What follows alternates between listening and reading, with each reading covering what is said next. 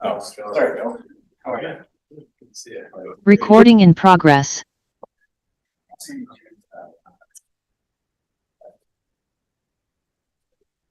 We'd like to welcome everyone to the Provo Municipal Council work session agenda, and it's 12:32, Tuesday, November 14th, 2023.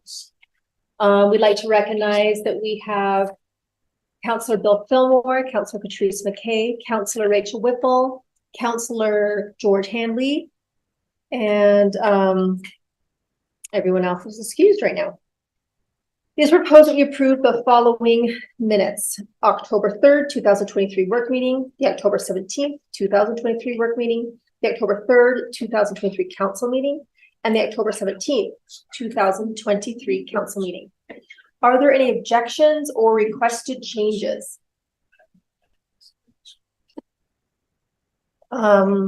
If not, I declare the minutes approved by unanimous consent.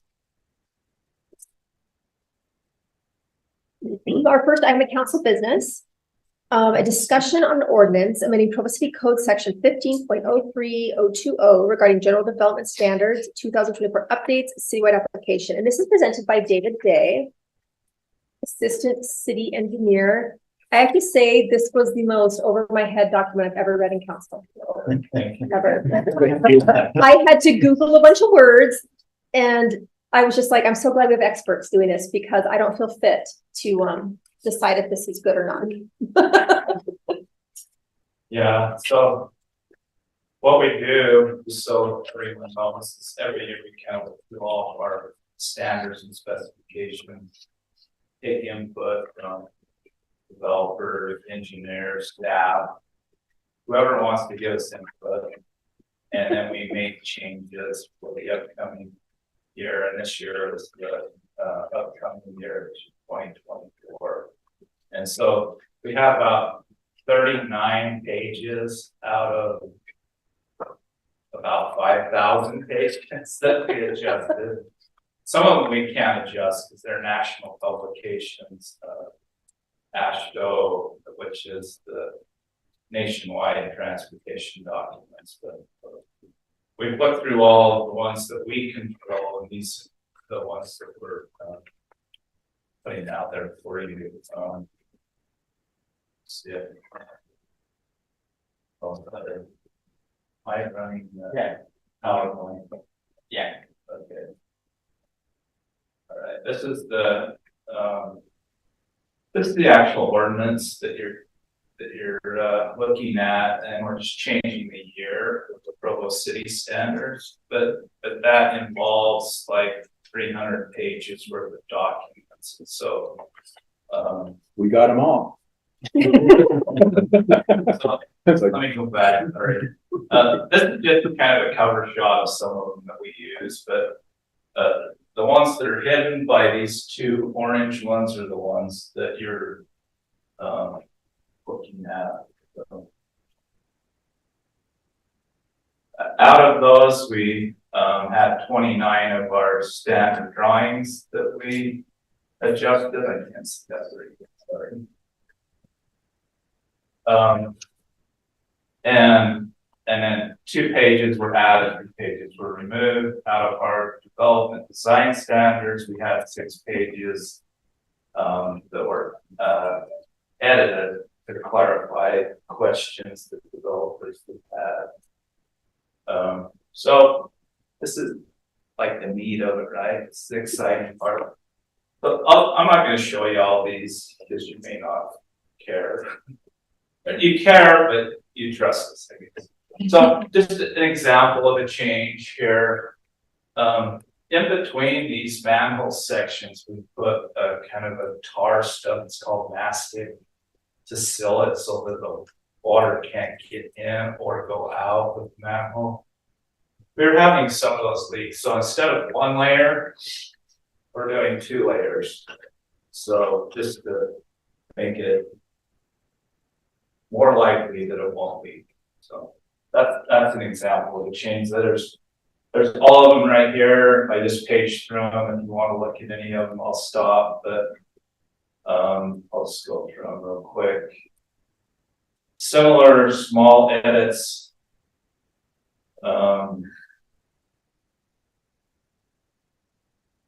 Some asphalt spec adjustments. That's always changing, by the way.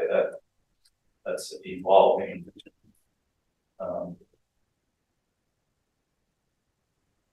Thanks, David. So any questions? Any questions for David? Okay. Thank Some you, of David. done this. We trust you. Yeah. I wouldn't know where to begin. So excited. Thank you. Well, you gave us multiple documents this year, so. Yeah. Brian. Chairman Kate. Well, I just thought I usually, when we do this every year, I usually just throw this out just for context, so you know why you're even looking at these. This used to be the kind of thing that Public Works and Engineering just did on their own, and when somebody came in and applied for development, they reviewed for these standards. A handful of years ago, it's probably been 6 or 7 years ago now, the state legislature passed a code amendment that said the city cannot impose requirements on developers that cost them money unless those requirements have been approved by the land use authority, meaning the council. So when that happened, we added this code section that you're amending today. And then just every year when they make their changes, we bring those changes back to you just so that we've met that procedural step. But it really is, as you've noted, a very technical thing that is really falls in their camp, but the state code requires to be approved by you. That's a good process that we go over every year. I like it.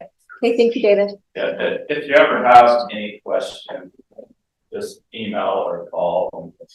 Well, you didn't tempt me to get into engineering. I have to admit that.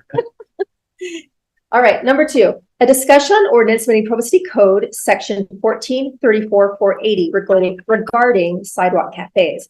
This is a citywide application presented by Aaron Ardmore.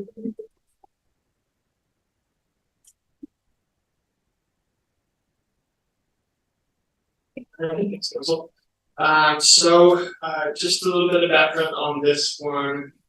We had this section 1434-480 in the code for a while. Hasn't been really applied or maybe paid attention to by a lot of the businesses downtown. So as meetings started to happen with Parks and Rec downtown Provo and planning, we found some things to fix with it before we kind of push it through, introduce it up to all the downtown businesses, try to enforce it to provide some consistency and some clarification downtown. Basically, there are 4 main changes: new setback requirements on sidewalk cafes. New requirement for umbrella heights. I don't know if you can walk downtown, but some of them are pretty low and can pose danger. Clarification on responsible parties. That was a big one. Kind of putting in code who's responsible for cleaning, trash, and things associated with these businesses. And then at the end, we added a sorry to read on that screen. Season between March and October, where any furniture, any street furniture, benches, tables, chairs, need to be removed between October 31st and March 1st, as a way to have the ability to clean the snow off the sidewalks easier, and nobody's really using them, and it's a maintenance issue for Parks and Rec and maintains Center Street. Parks and our Planning Commission recommended approval of this 6-0. There weren't really that many questions or concerns as it went through that hearing. I believe that's all I have. Thanks, Erin. Any questions for Erin? Rachel Whipple. Yeah, you know, today would be a gorgeous day to sit outside at a Yes. sidewalk cafe. But it's November, not October. That's a great point. That's a great point. It's one of those you never know. Sure. That's what people it really, what we wanted to do is I think we saw an opportunity for outdoor dining, but we also saw maybe some businesses that don't quite grasp the concept and so weren't contributing as well as we'd like them to. What the purpose of this was to kind of give us some boundaries of what will work and what won't.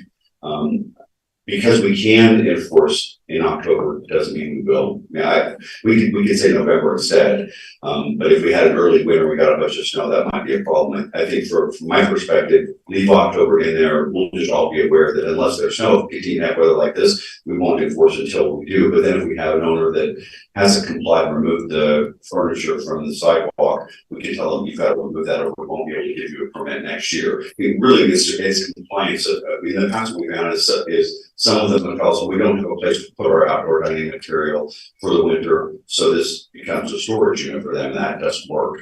So we want to be able to say we're trying to be accommodating. We want you to be successful. We're trying to be pro-business, but that's not storage. So after a certain point in time, it needs to be removed, and then it can come back. Does that help? Yeah, so the idea is that you need to be able to enforce to have them take it off if there's any snow. But if we happen to have an unseasonably warm November, there's right. But this gives you the tools that you need for enforcement. Yeah. Okay. Should we make reference to snow on that? Just for obvious or not? I think kind of logistically, policy wise, Yeah. maybe got a handle on it. Okay. Not be too precise. Any other questions? All right. Thank you, Erin. Oh, I've got another one. I'm Oh. sorry. Councilor Whipple. So 1B, where we've got the setbacks or bollards, who would be responsible for installing those bollards? It's gonna be the city. So there's one case right now that came about with the new Concrete. the new concrete being installed in front of Joey's. Yeah. There's a situation there where there isn't that curbing. So talked to Gordon about that. He already said that they're gonna install these bollards there. Okay. That little space outside Joey's, is that considered a sidewalk cafe area, even though it's out of the main right of way for the sidewalk? It is, yeah. The majority of the sidewalk cafes that are used are outside of that main walking corridor. They're in those bulb outs. Yeah. Because we've got pretty well established ones across from Peace on Earth and Gurus. And I think, there's one. yeah, but I think it's fine for those to operate year round so long as people are willing to sit outside. Right. And again, this comes down to reasonable enforcement. Yeah. And I guess with those ones that are out of the main sidewalk, then you're not worried as much about snow removal and access for parks to get in there and do that. You know, it depends how they clean that up, where they push the snow, and things like that. But Parks and Rec have been doing that for a long time. So I think they're aware of the space they need, and we have the tools now to ask them to move stuff anyway. Okay. But I don't think parks clear those areas that you're referring to. Right. They only clear the pedestrian way. Right. And so the important thing is that you're able to clear the pedestrian way where people are walking. Yes. And if you're sitting your little cafe tables out there, then those need to be moved. Right. But something like under the pergola by Peace on Earth and K's, they're probably fine. Okay. So long as I understand what's going on. And then when people ask me questions, I can answer. That's good. I have a question. Councilor Hanlon. Is there flexibility going into the future if we start exploring using Center Street as pedestrian only for certain times of the year or certain weekends or something like that? Where, I mean, I've seen in cities where restaurants expand the seating out into the street, right? They even build sort of wooden platforms that can be installed and then taken away. I don't know if that's something. I don't believe this actually would preclude that from occurring if discussions went that way. That's something that the city wanted to happen. I don't think this would get in the way of that. Because it doesn't say anything about it. I Right. just wondered, okay, so if we were to do something like that, this would need to probably reflect that change, I guess, or It depends, right? Yeah. So right now it's kind of just addressing that area between the curb and the front of the building. okay. That's probably a question for Quinn in a longer discussion, but I've always had that fantasy about Center Street that, like, you know, when you see cities that do that, and it creates this really lovely social environment in a street, where the restaurants are kind of spilling out into the street a little bit. And even if there is traffic in the street, it goes very slowly because it's very clear that this is, you know, not a place. Environment. Yeah. Mr. Henry, I think those types of situations we would typically handle as part of a special event permit. And so that would be handled on a different track, and then we would apply this to those situations. Okay. All right, any more questions for Aaron? All right, thanks, Aaron. Are you next too? A discussion on an ordinance amending, oh, here are a bunch of them. Amending the zone map of approximately 16.9 acres generally located at 1069 North Geneva Road from R18 to R18 PD and authorizing related development agreement, Lakeview North Neighborhood. Okay, thank you. So this one.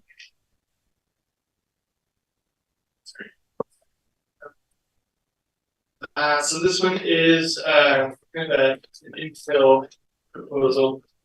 If we look at a bit of a map here, oops.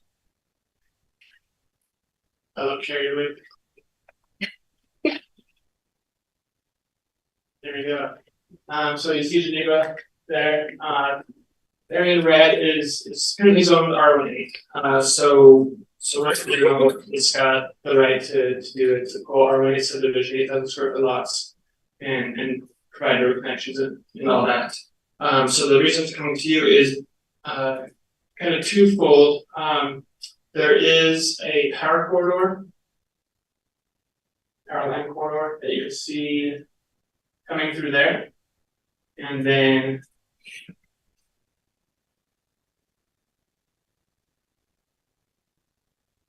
there's a lot of wetland through here. So there's a couple of factors that got the developer to think more creatively about this. You know, how can I provide the housing that's needed without putting up a power line or affecting wetlands or having to do wetland mitigation, things like that. So the PD, the Performance Development Overlay Zone, is a tool that we have in the city code. They met with staff, they talk about what that could bring, and they've proposed this development, 56 twin homes, 2 single family lots there. These single family detached lots, and then the rest are twin homes. The idea overall is to kind of protect the wetlands, keep them open, natural as open area, benefit to the neighborhood. Connect the streets, provide street connectivity up to 1060 North, up to North for future development, and then they left space to have a future connection up to Geneva Road. A variety of housing types, it hits on some of the general plan goals, variety of housing types, different price points. They're even offering a development agreement to provide 4 or more different housing models. Putting in a development agreement that they Joyce can maintain these open spaces and things like that. The one question as it went through planning commission was with this twin home design. Let's make sure a little bit. It looks like it's a single family home, really. It's actually going. But the idea that this twin home was going to be built for the majority of the project, owner occupancy came up as a concern. Even so far as the planning commission making a formal vote to pass that on as a official concern, that was passed 6-0. In the end, as it was recommended approval, 2 of the planning commissioners recommended against it based on that single issue of owner occupancy not being a part of any kind of proper development agreement or any guarantee with that. Hey, Aaron, I think it was 4-2. Yep. Okay. So there's unanimous support to show that as an issue. It's also staff's opinion that this is an ideal spot for owner occupancy. This project is set up in a way that owner occupancy for more affordable, not affordable, but more affordable housing can be bought and lived in by people in Provo. Though the developer at this point has not specifically addressed it. So that remains a concern that I believe is shared between planning commission and staff, and based on discussions with the city council that we've been hearing a lot of. There's probably a concern of yours as well. So we'd like to see that addressed somehow. But other than that, we anticipate this being a positive project for the area, making a lot of connections and satisfying most of those general goals. Thank you, Aaron.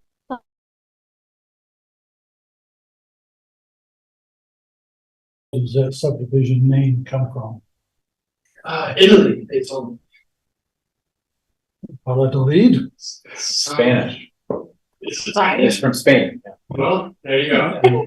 I guess you thought it was Italy, but it's Valladolid. What does it mean? It's a city in Spain. Oh. Yeah, I don't know what it means, but. Is there a Spanish architectural style here? not at all. Somebody served the mission. Probably. Okay. There we go. Okay, Councillor Ellsworth. We'd like to also recognize that Councillor Ellsworth has joined. It sounds like the only issue raised was the occupant or owner occupancy. Is that There was another one.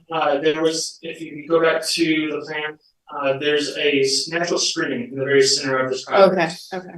And that was also a concern that came up that they did an official vote on. They voted 6-0 to pass that on as a concern to the Gotcha. council. Okay. That spring right there in the middle, making sure that the homes are set back far enough from it, which we told them would most likely come when it's platted and in engineering.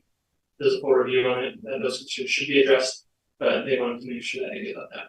So I support like creating more attainable housing and affordable housing, however you want to categorize that. Have we ever required a developer to like deed restrict it for owner occupancy? I'm thinking of, a dozen different apartment or townhome complexes that we've looked at, and we wished that they were owner occupied, but they just were going to be rentals, including like the one up by the Riverwood. So, what have you seen, Aaron?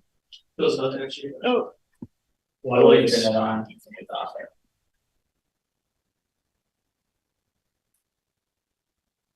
I don't think the council has ever required that, but as was discussed in the recent training that the city council had, I think the city council was encouraged to raise issues that are important to you and see how the developer responds to those issues. See if they give you a satisfactory answer.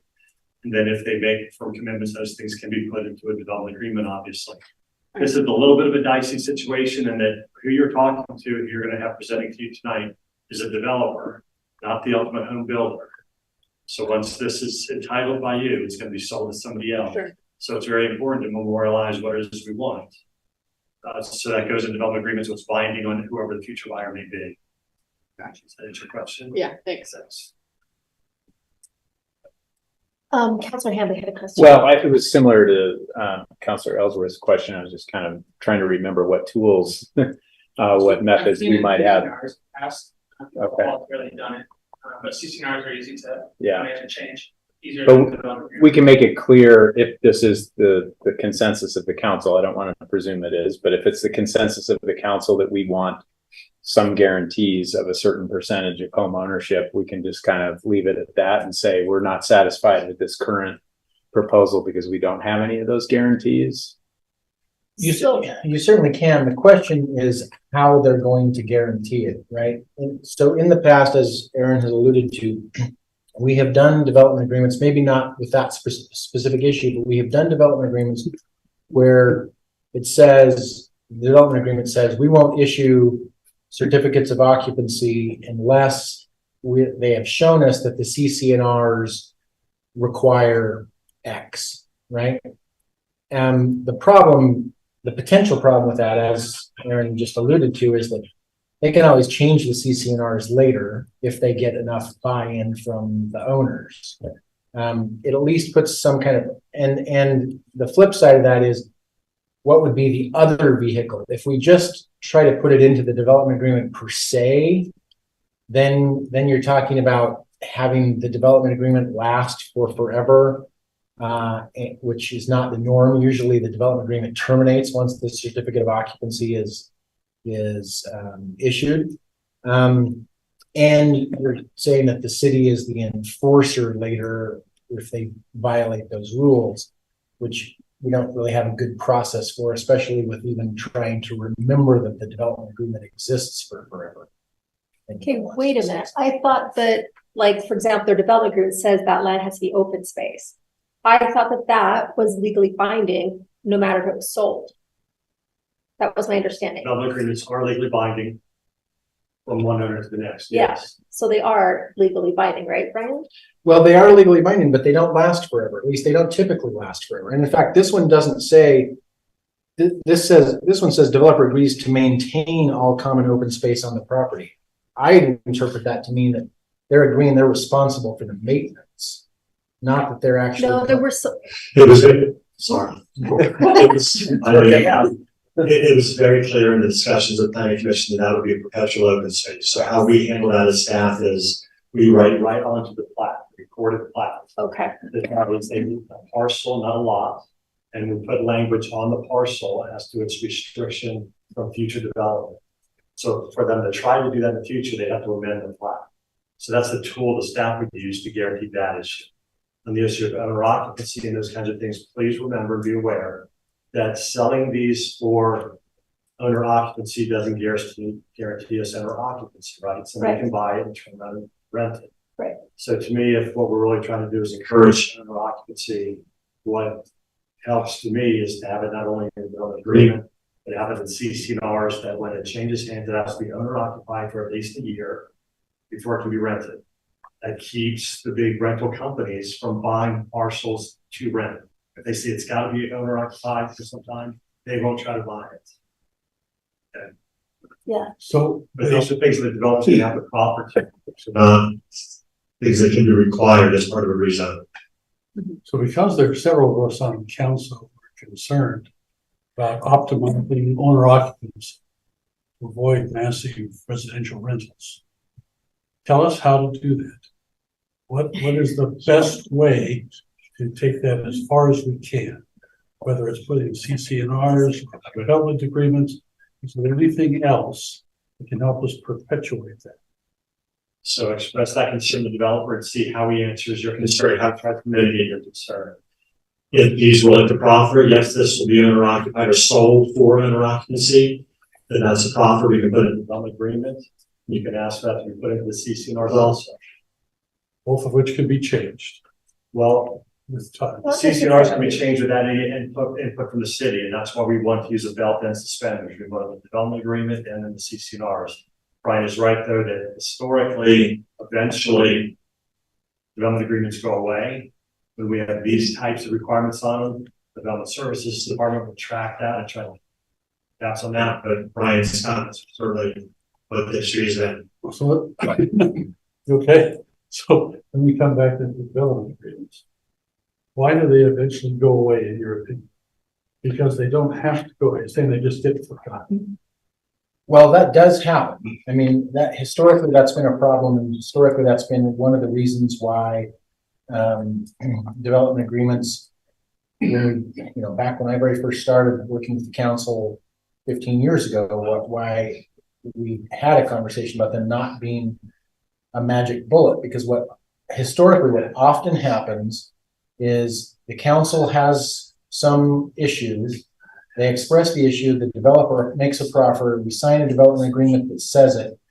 But if it's not something that they are fixing while they build, once they build, there's not any good way to keep track of the fact that agreement exists. And usually, we can file, the city recorder keeps a copy, but unless there's institutional knowledge that somebody, and we've had a number of these where 10 years down the road, they've had full compliance for those full 10 years. Usually 10 years later, the only person that remembers that there's a development agreement, that the development agreement even exists, is somebody from the neighborhood that came in and made public comment, you know, during the time that the rezone was being applied for. So your answer to my question is it simply gets forgotten. Well, that's only one part. I could go ahead and record it If I, as a public document. So it's perpetually on the public record. Well, we can, we often do record it now, but then you gotta have a title search to turn it up. I mean, Right. recording it doesn't remind anybody that it's there. That's not really that different than having the city recorder keep a copy in her files. Again, nobody's gonna go look at the records and find that it's recorded until somebody else reminds them that it's. Okay, Aaron has a comment. if I may expand on that, software changes and things like that, so it's not foolproof. But as staff, we know in the software that we have, we put a property alert, a little red exclamation mark comes up anytime one of those properties is pulled up, whether it's building permit, a business license, anything that's to do with that specific parcel property ID, it's alerted that there's a development agreement to it. Again, not foolproof, the software can change, people can ignore that, but I think that gives you another layer of ensuring that this is enforced. So we just make it mandatory to publicly record every development agreement? We do, we already do. Every one, Yeah. not just now and then. Right, yeah, that's part of the process is to record them. And is it noted on the plat that there's, Bill? I mean, CC&Rs, yes, but is it noted on the plat itself? You just made my comments. Again, in development services, we like to try to use a belt and suspenders when we can. So I would suggest a note on the plat, or they just also suggest a note on the plat that says there's a development agreement recorded, and you can put the book and page of the development agreement on the plat. So it's very easy to go look up in the county recorder's office. So that puts prospective buyers on notice that there's this other document out there they ought to go check. Great, can we just make that a standard policy in the department? I would love to do that. Yes. Do you need Do you need our permission? help to do that? It's done. Wow. Wow, that was easy. That was quick. I have a question. Have we talked about incentivizing this as an alternative or as an additive to say if you can show 75% ownership in this neighborhood in a year's time, then I don't know if it's an impact fee or anyway, I'm just trying to think of some sort of incentive too that says we'd love to see it stay above a certain percentage in perpetuity, and you would always be entitled to X, Y, or Z if that's the case. I mean, is that something that we can do? Is that desirable? I'm just wondering. Justin, let's make note of that. I don't think we have time to debate that right now, Yeah. but it's something to keep in mind. I like that this is the twin homes. I like this a smaller square footage because this is the kind of starter home we need, right? Or person downsizing home for the lack of this. Yeah, we desperately need this. I love that they still have some open space. This neighborhood is very in love with this open space, which they should be. And so it's an adjustment for some of them, but a lot of them are still going to be on a green belt. Like all those homes on the left-hand side will be a green belt, which is such a wonderful amenity. I am wondering if every house is going to look like that. Tell me there's some. Right.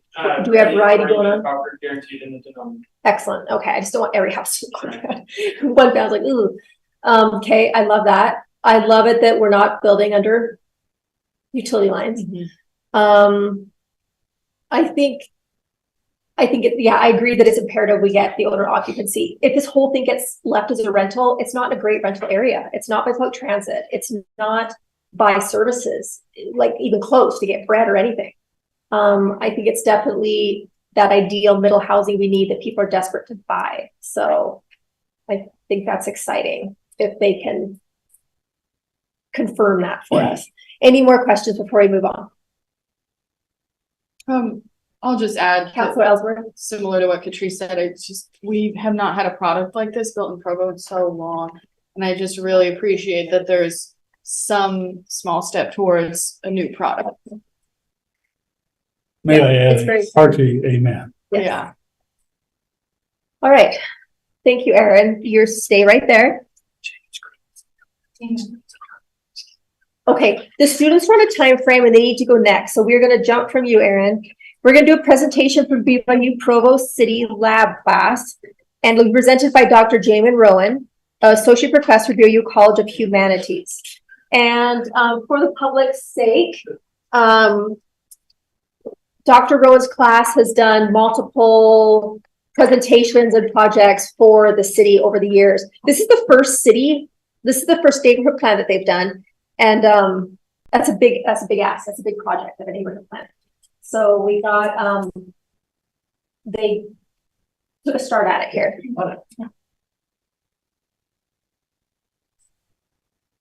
Keep coming. We're going to present. We have about 7 presenters. It has to be into the mic, please. Yeah. And they have to present. They have to say their name before they. Okay. All right, if you're presenting, You can sit down back there. You can sit right here.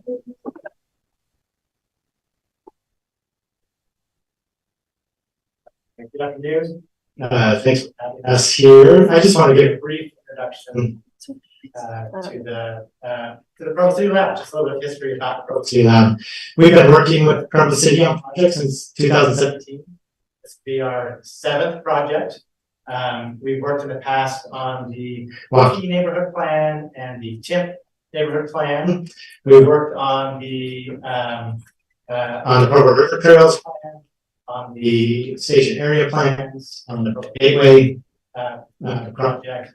So we've worked on several things over the years. We've also worked with UTA on some projects in the past, and these have been great to be involved in. Of course, we are limited to the time frame of a semester, which all of these projects have taken much longer than a semester. So we view our job not as producing a kind of final product, but as just giving the city a boost. Oftentimes we come in at the beginning of a project, and then the city, and if we're working with residents, we'll take over the plan or the project from there. Whatever we turn over at the end of the semester, we just trust that the city, the residents, other stakeholders will take what they find valuable in what we share and the work that students have done. And then if they decide not to use things, they need to make that decision, right? So this is in no ways a final finished product. It's none of the plans we've project programs have been final finished. But it has been great to see a lot of those projects, down the line get approval or be formally adopted by the city. I also want to just say that one of the goals of this class, when I designed this class and decided to start teaching it, I started teaching it while I was serving on the planning commission, in large part because I realized that my education, the competencies or skills that I'd gained as an English student, a student of literary studies, which seems to have nothing to do with civic engagement. I realized I was using those to be an active, engaged citizen. And it was really important to me to help students at BYU learn a little bit about what it looks like to be an engaged citizen.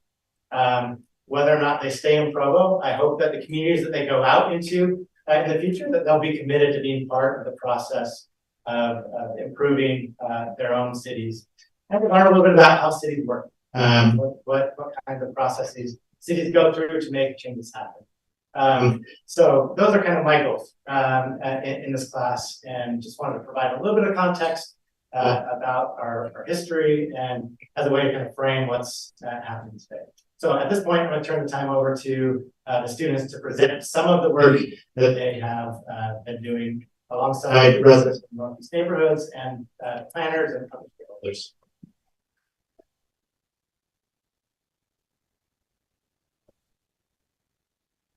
Good afternoon. Thank you so much for having us. I'm going to go ahead and jump straight into the presentation.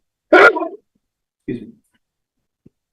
A few years ago, the Northeast neighborhood residents have banded together to fight against a proposed plan of development in the federal area. On the heels of the successful fight, they have then petitioned with the city to create a Northeast neighborhood plan. And in this plan, it would basically detail what these residents hope that the Northeast neighborhood plan or the Northeast neighborhood would look like going into the future. However, because the city has had to use its limited resources in other capacities, it has taken a bit longer than the residents would prefer for this process. Professor Rowan, who is heading our internship course, had met with Brandon Larson, Jessica Danicki, and Janston Toysher to discuss the possibility of what the city law could take on this semester. They are the ones that proposed to us that we jumpstart the Northeast Neighborhood Plan draft. Following this, Professor Rowan and the Provo City planners have then met with Kate Nelson and Angela Morick of the Northeast Neighborhoods to discuss the possibility of collaborating together. All can agree that this would be the most helpful route to take for both the Provo City planners and the residents. For the past 3 months, the interns in the Provo City Lab have worked with the Northeast Neighborhood residents, Provo City planners, as well as other stakeholders in the area to get this process started. What we are presenting to you today is not a comprehensive or final version of this draft. As Professor Rowan had said, due to scheduling conflicts, we have been asked to move our presentation up earlier in the process than originally planned. That being said, we recognize that we're only scratching the surface of the possibilities that this Northeast Neighborhood Plan could offer. As we go through our presentation today, we hope that you feel comfortable sharing with us any suggestions or alternative ideas you may have, as we plan to continue to revise throughout this semester and offer our final draft to both Provo City planners as well as the residents, so that they may use it as they see fit as they continue the process of creating the first official Northeast Neighborhood Plan.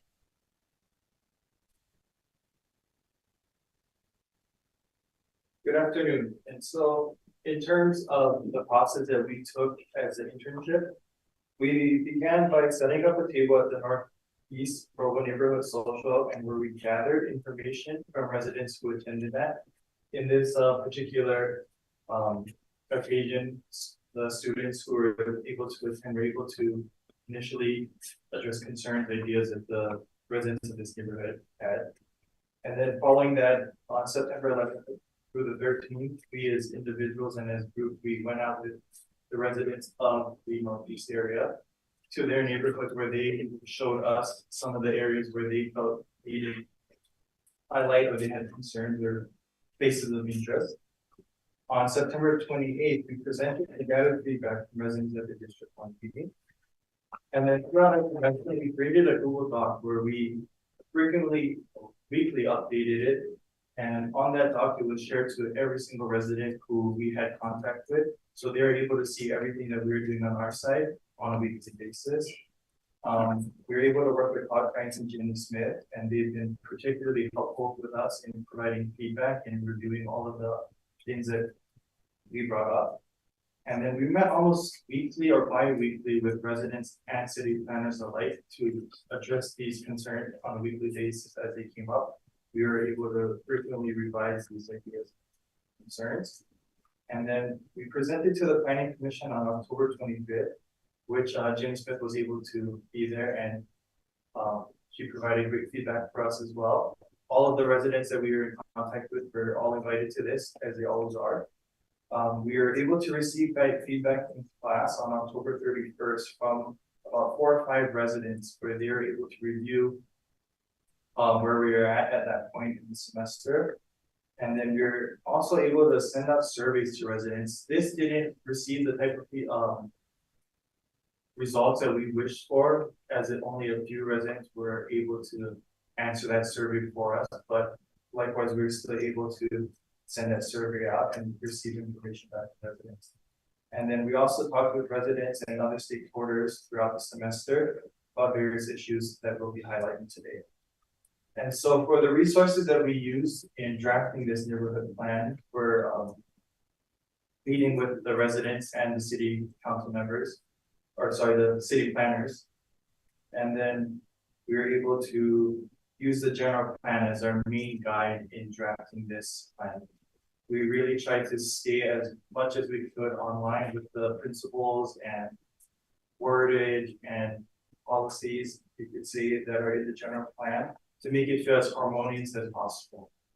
And then we also use ArcGIS to get surveys, data, and information about the neighborhood that we were working on. And then we also use other cities as examples that you'll see today to help us find ideas and solutions to some of the issues that we found.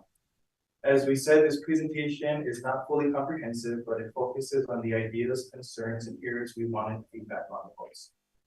Going forward, we hope that this first draft will be a useful and effective tool that will ultimately help better and preserve the look and feel of the Northeast neighborhood of Provo.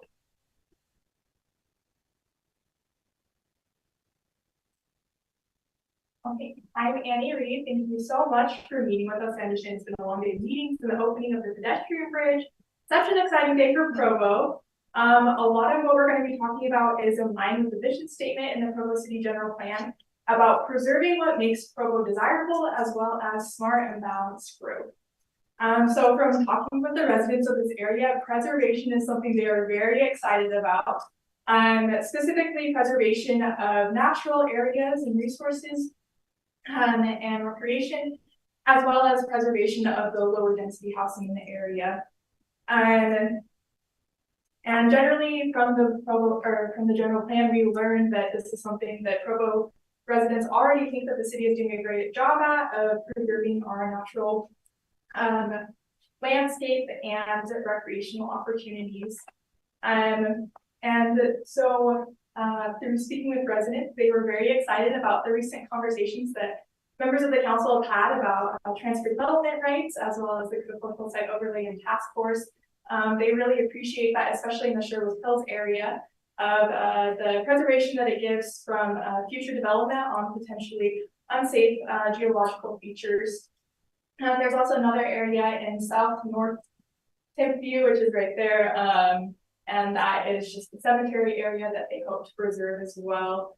In general, the foothills and these areas, preservation is not seen from the residents that we've spoken to as necessarily always building a park or green space or outlook. Sometimes it's just preserving that beautiful natural landscape which Provo already has.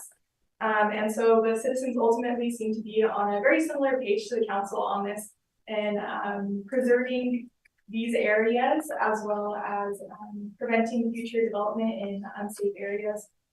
And Sophie will be speaking a little bit more about preservation specifically referring to trails.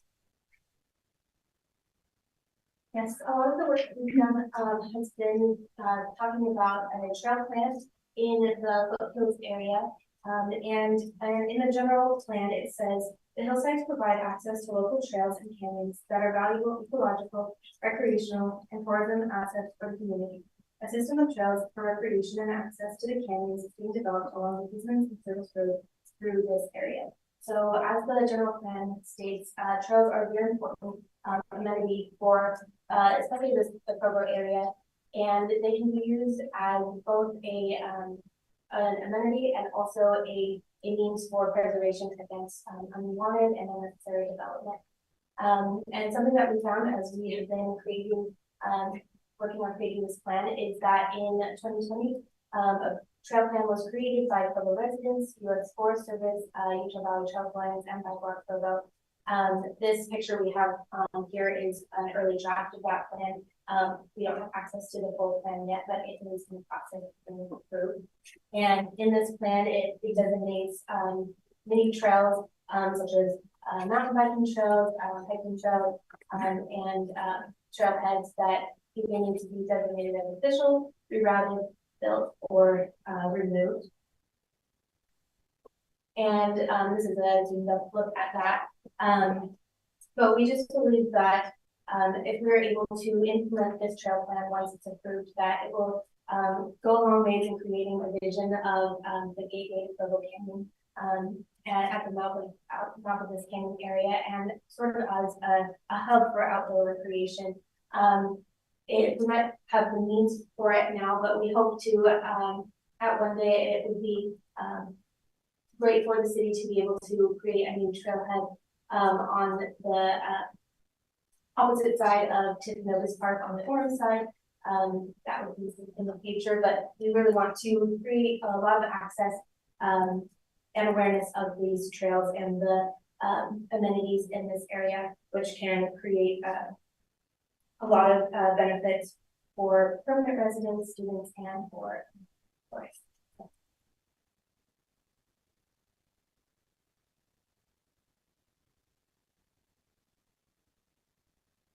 One of the great strengths of the northeast neighborhood, it is agricultural lands.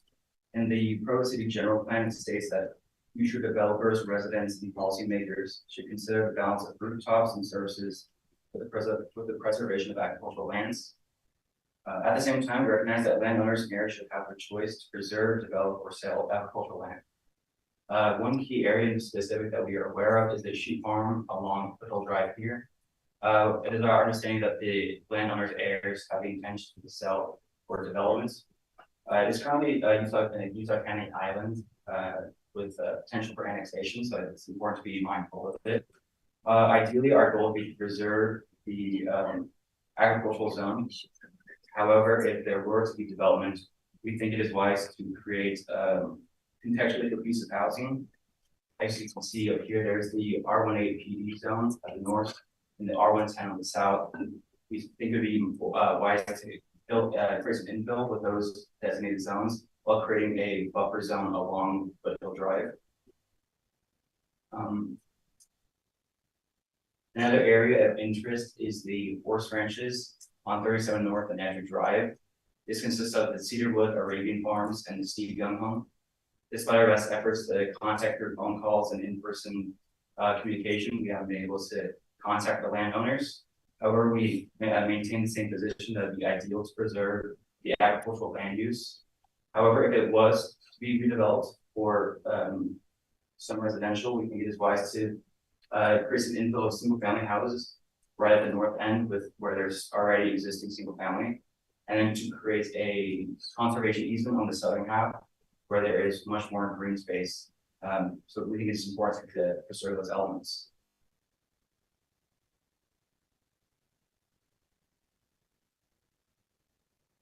First, we just want to thank you, city council members, for the work that you've done to make accessory dwelling units a more accessible and available option to the city of Provo. The general plan lists ADUs as one of the top 3 housing strategies to increase affordable housing in the city of Provo. As we've talked with residents of the northeast neighborhoods, they have described a desire to preserve the northeast neighborhoods as they are, and to keep high density housing out of those areas. That being said, we believe that ADUs are the perfect middle ground for increasing affordable housing in these neighborhoods, while also keeping in mind the housing crisis in the city of Provo. That being said, we pinpointed what we feel like are a few of the residents' concerns as we've talked with them concerning ADUs. One resident in the Timpview neighborhood had a detached accessory dwelling unit, and he described the process to obtain the paperwork for that ADU as unclear and complicated, which leads to the next fact that we know that in some of the neighborhoods, in the Sherwood Hills neighborhood, there are some unauthorized ADUs as well happening. So we'd like to propose a few solutions to this. We believe that a central website with a streamlined guide to obtain the paperwork, to fill out the paperwork in order to go through the proper channels to obtain an ADU on the property. Looking into cities nearby, I found that Draper's website had a very efficient process for obtaining the paperwork for ADUs that had frequently asked questions, and had a link to the guide to filling out the paperwork. Another option that we have talked about as well is placing QR codes on mailboxes in the northeast neighborhood in order to raise awareness about ADUs and provide education on the topic as well, to ensure that these individuals in these neighborhoods are going through the proper channels in order to obtain permits for ADUs. Again, we'd like to thank you, city council members, for your work to ensure that accessory dwelling units are an available option in the city of Provo.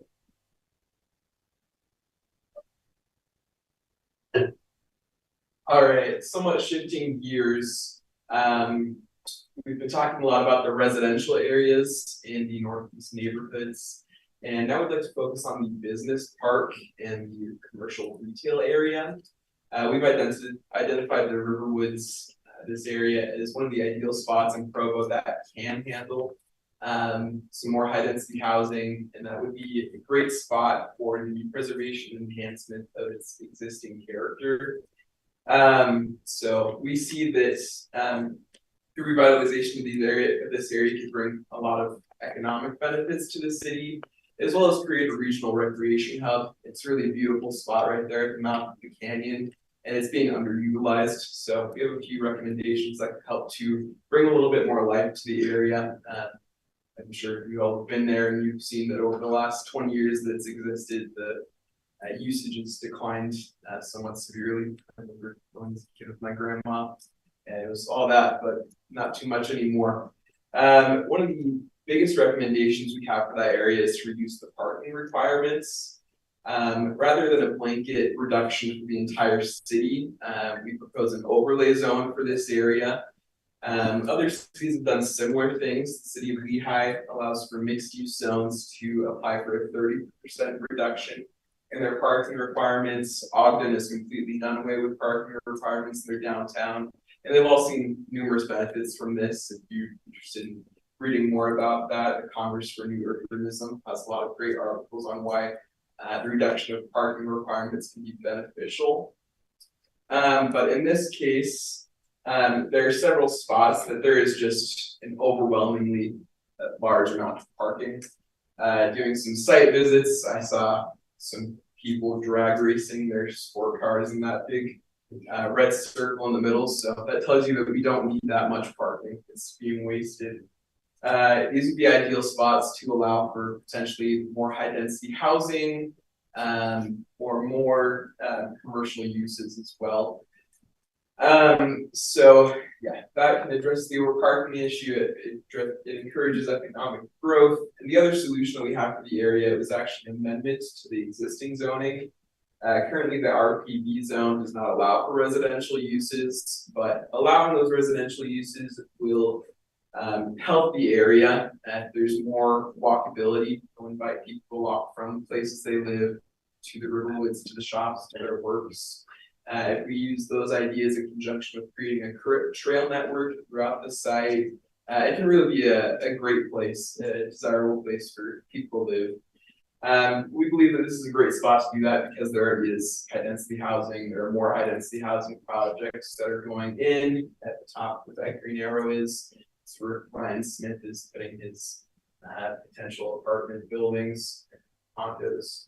So because this place already is handling this, we think that it would be a great spot for more growth. Yeah, with that, we want to open it up to you guys for any questions or any comments that you have for us, and anything for your time and consideration. Thank you so much. Quick question Councilor for this Fillmore. young man. I'm curious, you indicated a regional recreational park. What would you have in mind there in terms of location and content? Yeah, well, seeing as the Riverwoods area is right at the base of Provo Canyon, it really has a lot of potential for being more of an outdoors hub than it currently is.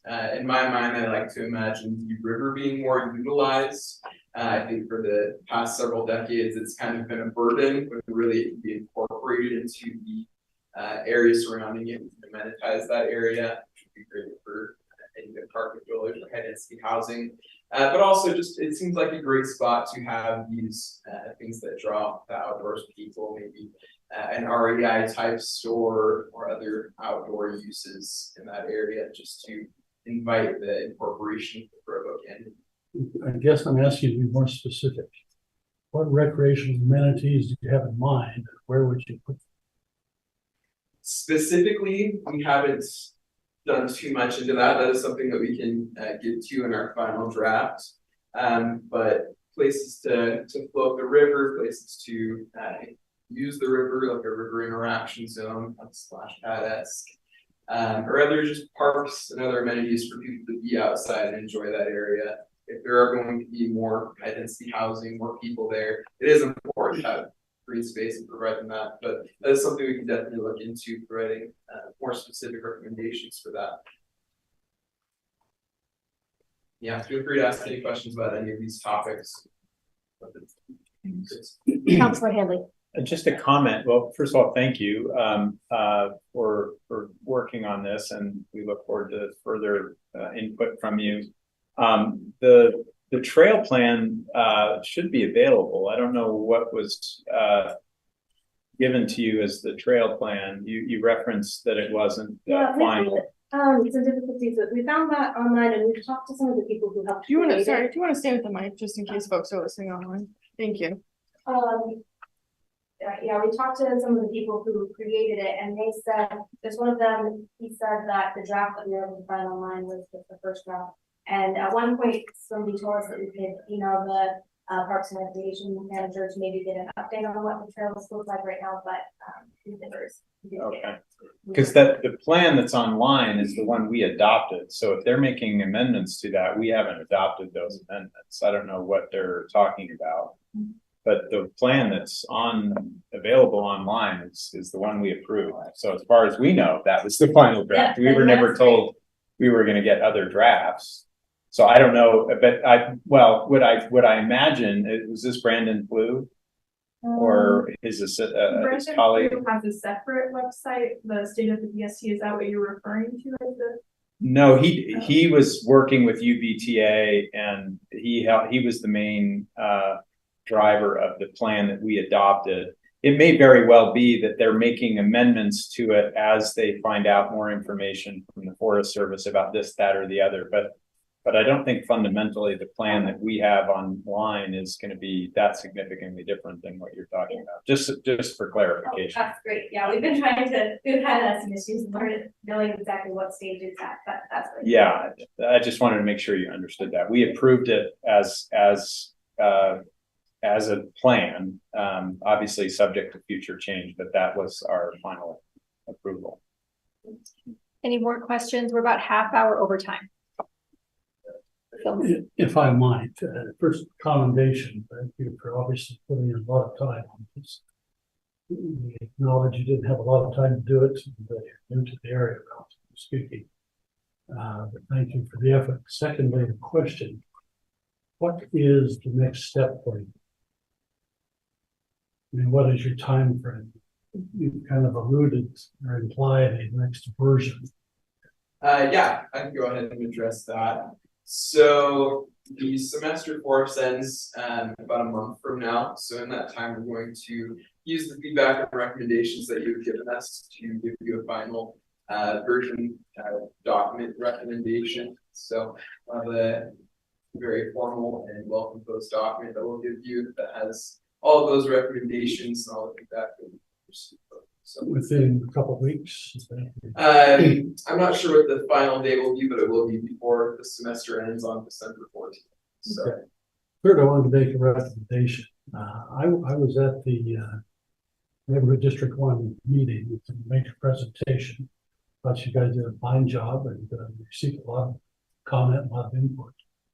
I was also at the most recent District 1 meeting this past week. I don't know if any of you were there, but someone reviewed your presentation to the Planning Commission. And I just don't mean to be offensive, but just so you know the issue. There was considerable level of concern raised at that meeting, in your absence, I guess, that the recommendation that you had made to the Planning Commission was significantly different from the plan that you presented in September.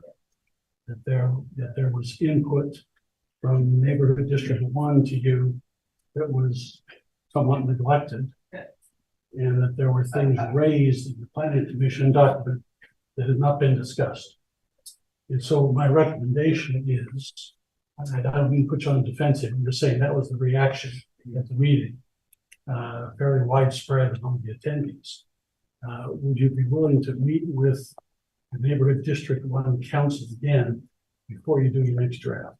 Yeah, I think that is definitely something that we were able to do. We can meet with some of the residents there. Just in reiteration, we have been trying to work with these residents, and we understand that while they are meaningful parts of the community, we're also trying to educate them and help everybody understand what is best for the area. So that is as much from our knowledge and their knowledge.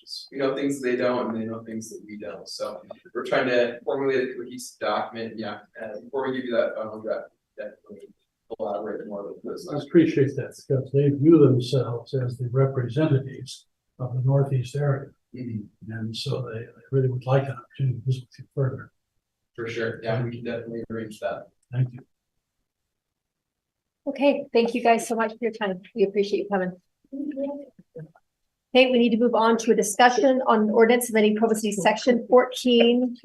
Nope, a discussion on ordinance enacting the Agritourism Overlay Zone. And this will be presented by Aaron Ardmore. Well, if they're coming to this, the impression Oh, I'd also like to notice that Travis Hoban has joined us online. So quickly, for tonight, this has kind of a long history. I'll skip past that for now. We can all just sort of, but what we're really trying to enact is this agritourism zones. Think about in the discussion of some kind of amend the agricultural zone itself, which this council was part of. So we've been through revisions, we've been through the planning commission a couple times on this, and come up with this final product, which we're having to push forward and promote. We've addressed issues like minimum lot area, maximum site coverage, make sure it's ancillary to agricultural uses, and hours, noise, distance regulations, to kind of respect the neighborhoods that these agricultural zones are in. Michael, can you pull up the areas of impact? Yes. Though this discussion came out of one particular property, I think it's important to remember that all these areas in green are impacted by this, right? So as we think about it today and tonight, just remember that a lot of the city would be impacted by this agritourism overlay that could be applied to any of these areas of green. I had a question. So we got an email from the landowner in question that was raising some concerns about the parking requirements. Could you give us your response to that concern, especially with regard to what you just said about, I assume you were evaluating policy as it would affect the entire city rather than just one property, but just curious what your thoughts are on that. Yeah, we've been through the concerns with that property owner. The main thing that the parking regulation is, well, it's a couple things. One is when you provide an event center, for example, in the agritourism overlay, you're going to be required a certain amount of off-street spaces to be able to access, show those spaces, maintain those spaces. Concrete or asphalt is going to work best. Gravel is mud. You're not going to be able to know where the spaces are striped. So there's a lot of concerns when the idea of gravel came up from the planning commission. We kind of work through those and determine that the current standard for 37 would be best to provide. So I mean, I've never been to an event of that kind. I mean, when I've gone to events where it's in a sort of grassy area, they have sort of makeshift parking lots, right? Where they have people, you know, directing the traffic and saying you're going to park right here. And they do manage to sort of park things orderly. But of course, these are, you know, paid employees with orange jackets that are, you know, doing I'm talking about like outdoor concerts or things like that. I watched the planning commission on this, and I think there's a couple differences. First of all, they're asking to build, this is considering an event structure that's going to be there for 50 years. I mean, this isn't a pumpkin patch. It's not a one-day concert. It's not a farmer's market. It's like it's going to be day and night, all season, winter, spring. So I think that is a huge difference. And then gravel will be great, for a few months, but you know, it all goes downhill fast. And then it creates gravel, mud holes, gravel in the street, clean up there. And so I debated that too. I was like, pumpkin, like it's always gravel and that's fine. But they're asking for a long-term event structure that will be there for decades. So I do think that and it'll have a lot higher capacity year-round usage, not just a season. So I think that was the difference that I wondered if, I don't know, I mean, if it was something we wanted to push, do we limit the landscape requirements? I don't know. But then you create more of a heat island and you have other issues with that. I don't know. But I came to the conclusion that it made sense to require the parking lot. But if someone wanted to do a pop-up kind of thing rather than a more permanent structure, since this is a citywide thing, what would the? So there are different events within the zone. There's commercial tours and fishing classes. Those types of activities and events that this overlay would allow. You can see more of not having to provide additional parking. Those are just kind of a one-off special events, right? But things like museums or event halls, I think we need to be careful about what we. Okay. That makes sense. Thank you.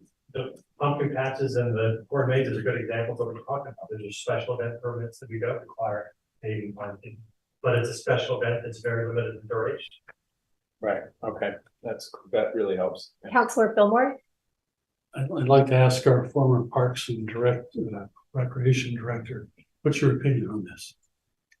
I think some of these are really exciting, but I think the infrastructure is as important as the facilities. So I think all the different elements that you're looking at, and especially if it's a permanent facility, that I think that the rest of the elements runs match that kind of application.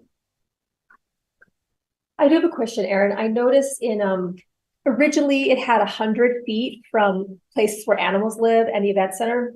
You guys cut it down to 50 feet. This is my question. In a working farm, my grandparents owned a working farm. Spent a lot of time there.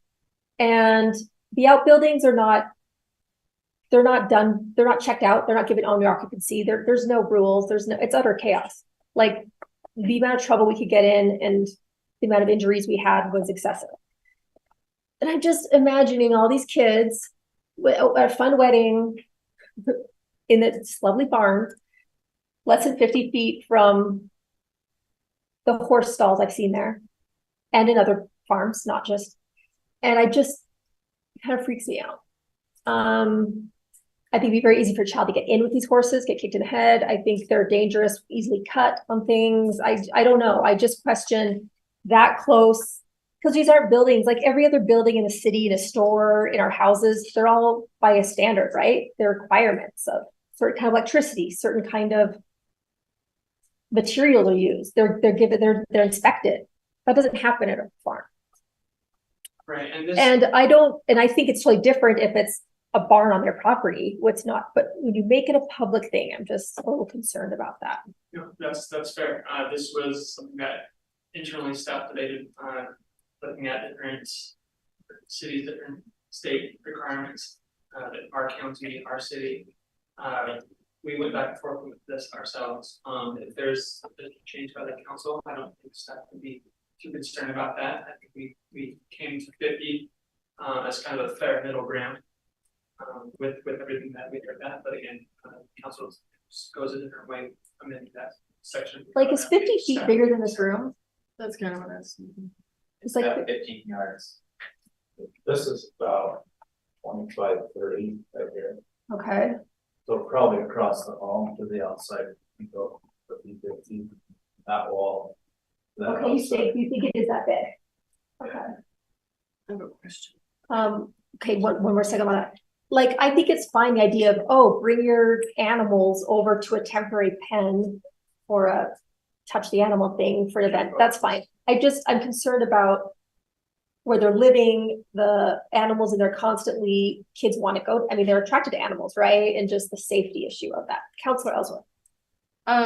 I agree with you. I think that there is some liability that's assumed by the property owner in those instances, right? They should be. Do they have to have liability insurance with all that worked out? Because this is liability beyond their event center. This is liability like. Right. So my grandparents also had a working farm and they were constantly worried about a kid getting in there and getting bit or kicked or whatever, but there was insurance on the property that would protect them. in some kind of legal event. But that being said, I mean, I agree with you. One of my questions is bigger than this number, but should this be a separate zone instead of just an overlay zone? Because that would, in my mind, create something a little bit tighter and specific, and it wouldn't be multi-use necessarily, right? It would be, this is an agritourism use and this is a traditional agricultural use, and they're not being mixed unless you are to bifurcate your property and apply it to different parcels. So I'm wondering if there's value in creating a specific zone that could eliminate some of those maybe incompatible interactions. Can I respond to both those? Yeah. Business license is going to be required for the business center. In Title VI, they're required insurance. So that part is going to be taken care of. The idea of having a separate zone, I think we kind of looked at that. And the idea of doing it as an overlay helped to preserve agricultural skills. And that's a major goal of the city. I think if you had a separate zone that, let alone just agritourism, then you're cutting off agricultural property. The agricultural overlay allows you to have it as an ancillary use to the agri that we have, that's preserving that. That was the idea. So I guess just to follow up on that, if it is an ancillary use to agriculture, then you will inherently have those interactions. But we can control the distance, I guess, to a degree. Let's imagine 200 people who watches their kids that well? Not many people. I don't know. Councilor Fillmore. I think the safety issue is primary, but I think there's a secondary issue, and that's odor. Is there some kind of federal or state standard with respect to distance from farm animals in terms of odor drifting into residential areas? So the issue is not just distance, it's also prevailing wind, right? And so certainly diminishes a residential area. You've got a constant prevailing wind headed your way in newer centers. Well, remember, these are already existing, right? So these farms, these agricultural uses are already existing in tourism uses. The thing that we're trying to protect is the people coming for these events to, with that distance requirement specifically. So that's your sole focus. No, our sole focus, but I mean, the adjacency to the residential uses is already covered in the code. Right? So now that we're bringing in a commercial type of structure and events into the agricultural zone, we want to have some buffering for those visitors with that. Okay, so you feel 100 feet is adequate. We felt 50 feet was adequate. We felt it was a good compromise, is probably a better way to say it.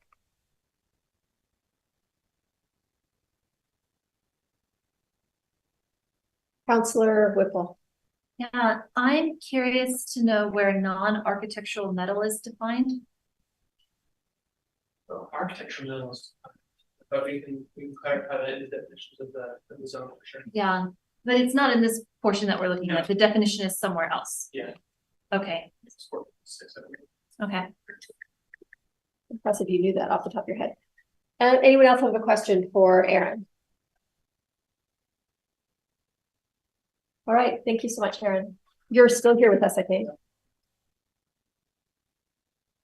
A discussion on ordinance amending zone map of approximately 13.06 acres located at 3410 West Center Street from A110 to AI and authorizing a related development agreement. This is the Fort Utah neighborhood. And again, Aaron.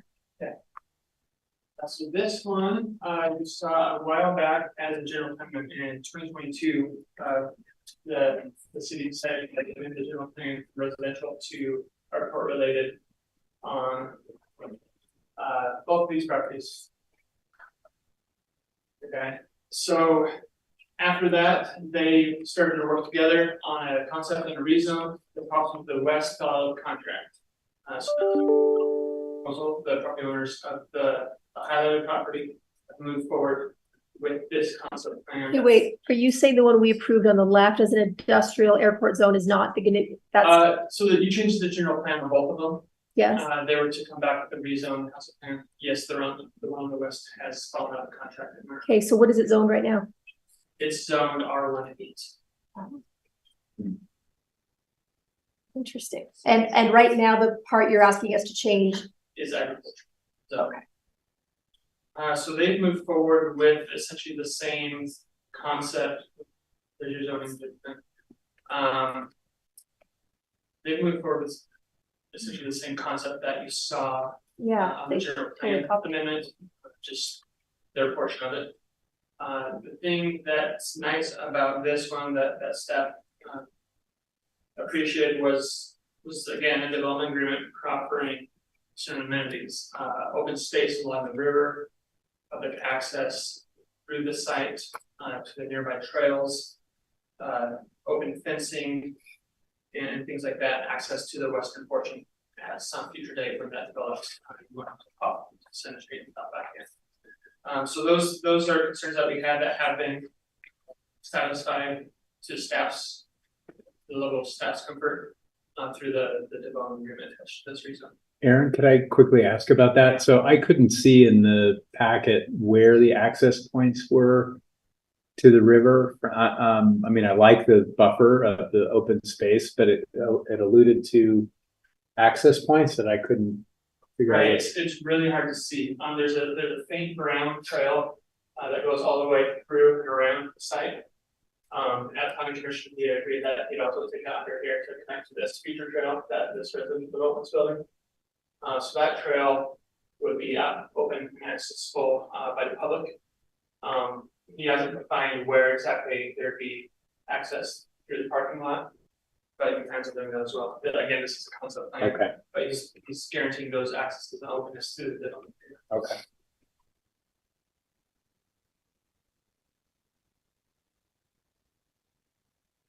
Any more questions for Aaron? With part of that, public access, would some of the parking spots be available for public parking, like on weekends or something?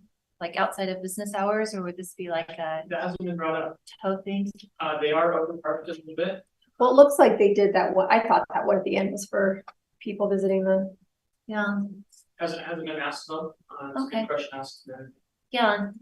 yeah, because there's this balance between security of your property, but also access, and I am curious if you've considered that. Thank you. Okay, I would like your opinion really quick on something. I didn't realize that other one on the left fell through. So thinking about that. This one we're looking at today is on two busy streets, right? Center and Lakeview. Would it make sense to do residential now on that other area? What kind of buffer would you put between this industrial, or do you think it should? I think we still want to hold to having this as an industrial park. I think that will come. Just the particular developers that were in contract with holidays fell out of contract. They didn't get to the point where everybody was satisfied. I think somebody will do that. Okay. Thanks, Aaron. All right, guys, I'm so sorry. We are like so far behind. So one more note before. Yep. The rivers and lake and those have changed. You guys should have received the plans. That's been pushed to December 12th for the council work and study sessions. But please, if you have any questions, comments, concerns, give those to staff for the next month. We'll try to have those. Great. So you'd like us to email you stuff ahead of time. Okay, thank you. Thank you. Okay, an update regarding, we'll do a break after this. An update regarding the police department's block cameras. This was presented by Chief Beebe. Hey, Chief. I'll hurry. Awesome. You do have 20 minutes, so. I will not take 20 minutes. Awesome. I asked to present to you guys just an update on, this is an awesome program. It's a force multiplier for us. We've only had it up and running for 3 months. These numbers are based off of 3 months worth of work.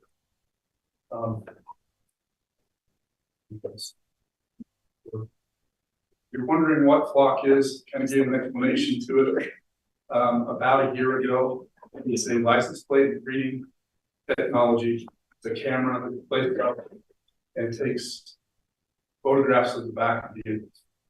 It reads the plate, but it also AI takes a photograph of the back of the vehicle so it can be searched accordingly. If a truck has a ladder in the back, they know that there's a search frame between A to B, and I want to look for a white truck with a ladder in the back, I can put in that, and it will provide me with a list of suspected vehicles, trucks with ladders in the back. And what it's not AI taking facial recognition, and it meets the state's laws. I decided to do a 1-year contract last year to be cautious, especially with the city's money in this kind of a project. I didn't want the legislature to come back with laws that may restrict it or cause it to be unuseful to us, and that's not the case. In fact, it's very good for us in that way. With some of the examples that I'm going to give you, you'll see that it does just this. It's proactive. We're recovering stolen vehicles for other cities as well as ours. Because of that, we're making arrests, and they're in discovery finding how we do this, which keeps them from coming to Provo. They know that if they come here, they're going to get caught. Proactive approach to it. Investigatively, I'm going to talk about that in a second. It is a bit of term. So Flock's interesting in that we have 20 cameras currently. Any one of these different departments within the state has cameras that they've purchased and contracted through Flock. Are they on your vehicles? Is that what they are? On the vehicles, no. Okay. They're posted at locations. Oh, they're just up around the city. Got it. With Flock, I can see any of the cameras from any of the cities that contract with Flock and agree to allow us. There's only one city in the state that has not agreed to contract with us. Now, that's the state. Nationally, it's the same. So I have investigators that have asked for to review our cameras from Tennessee. There's information that there was a stolen vehicle from Tennessee. We didn't find anything, but we allowed them to look at our cameras to be a good partner in that way. So we have 20 cameras, but I couldn't tell you how many cameras we really have.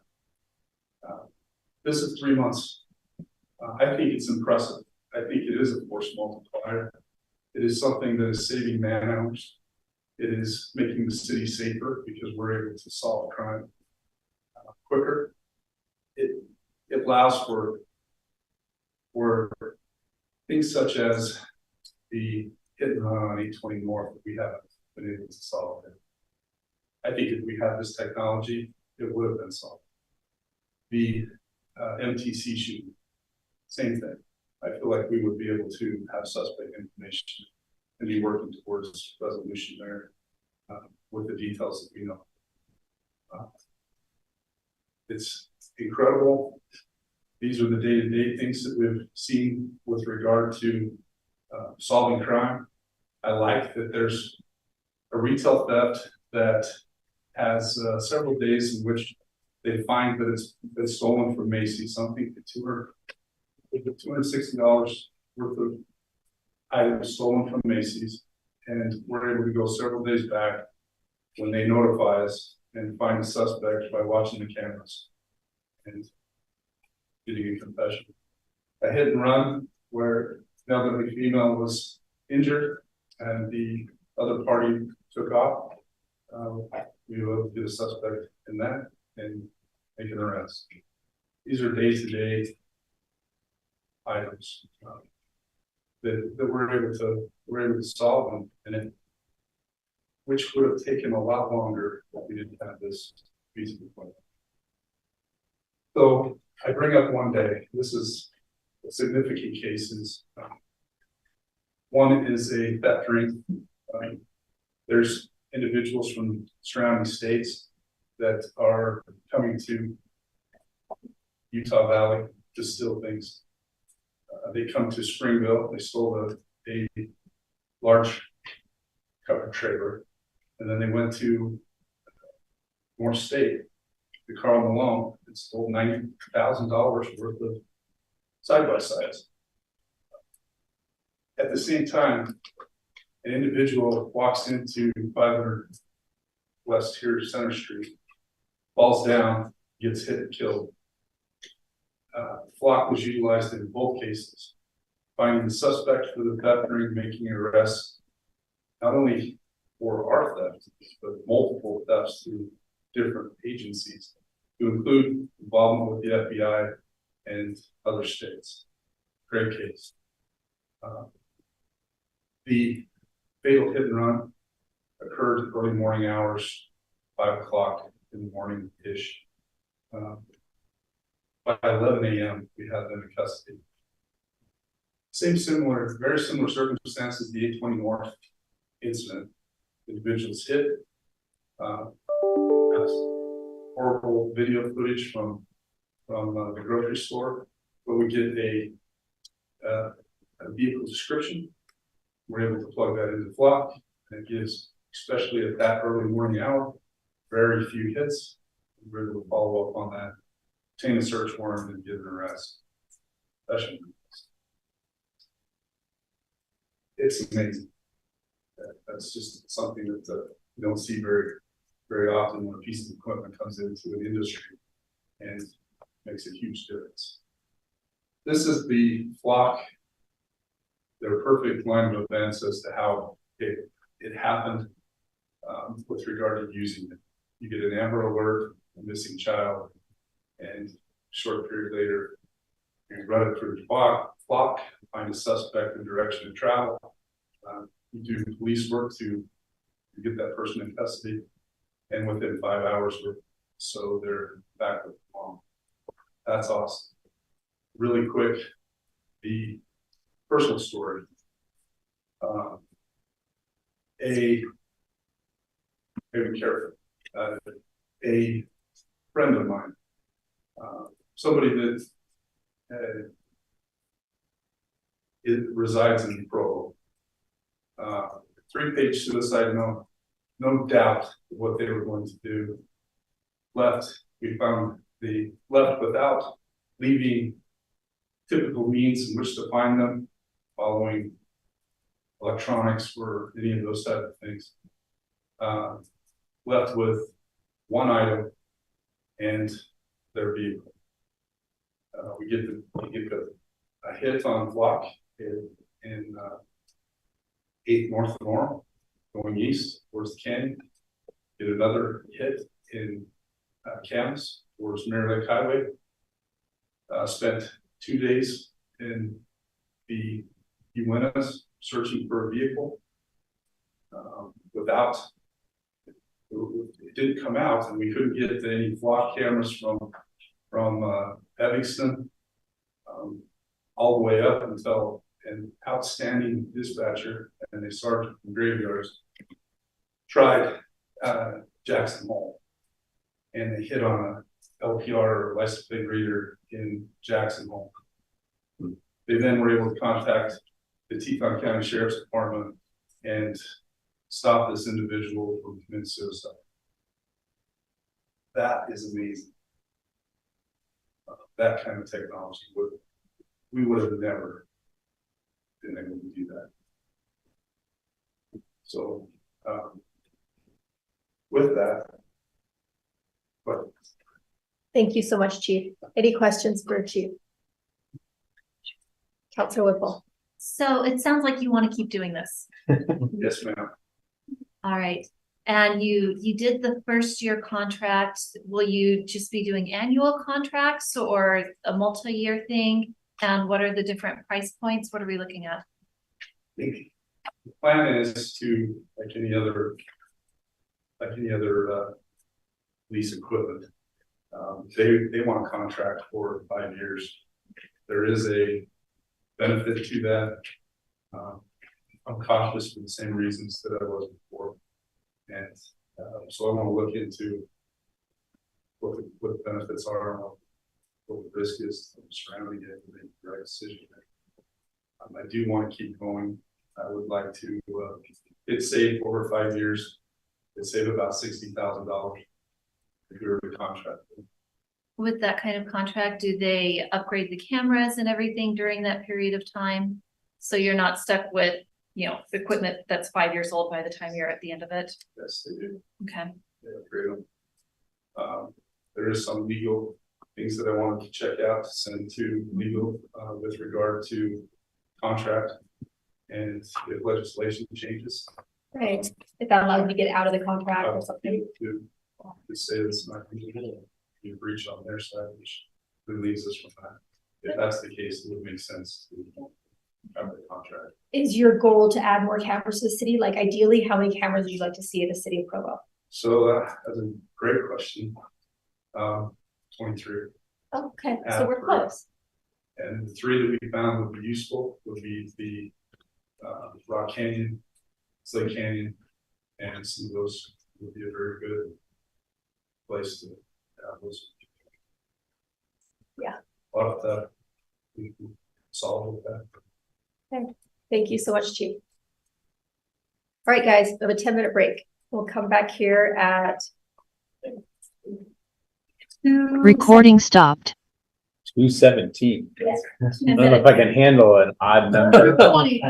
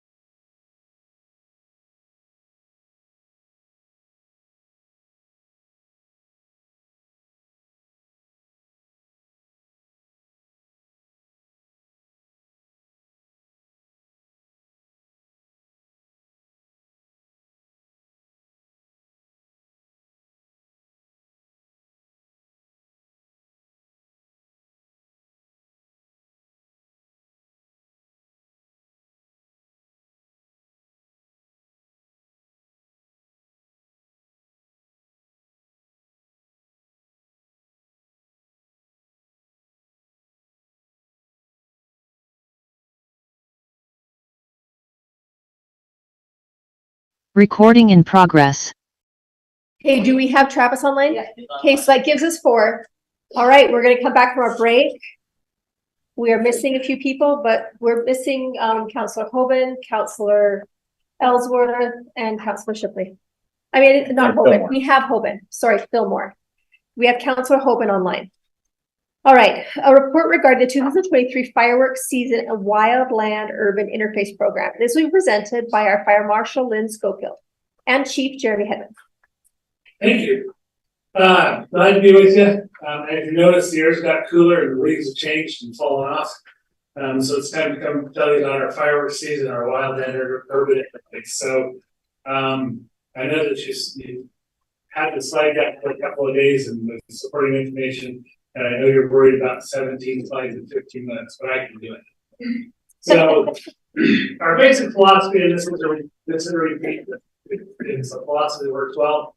We educate our citizens what we can do in Provo, we provide them some alternatives to do it, and then we extend that trust and hope that they'll do the right thing. So with that being said, it's our continuing philosophy, both in the fire department and the city, as far as our fireworks usage, and particularly our fireworks usage in the parks.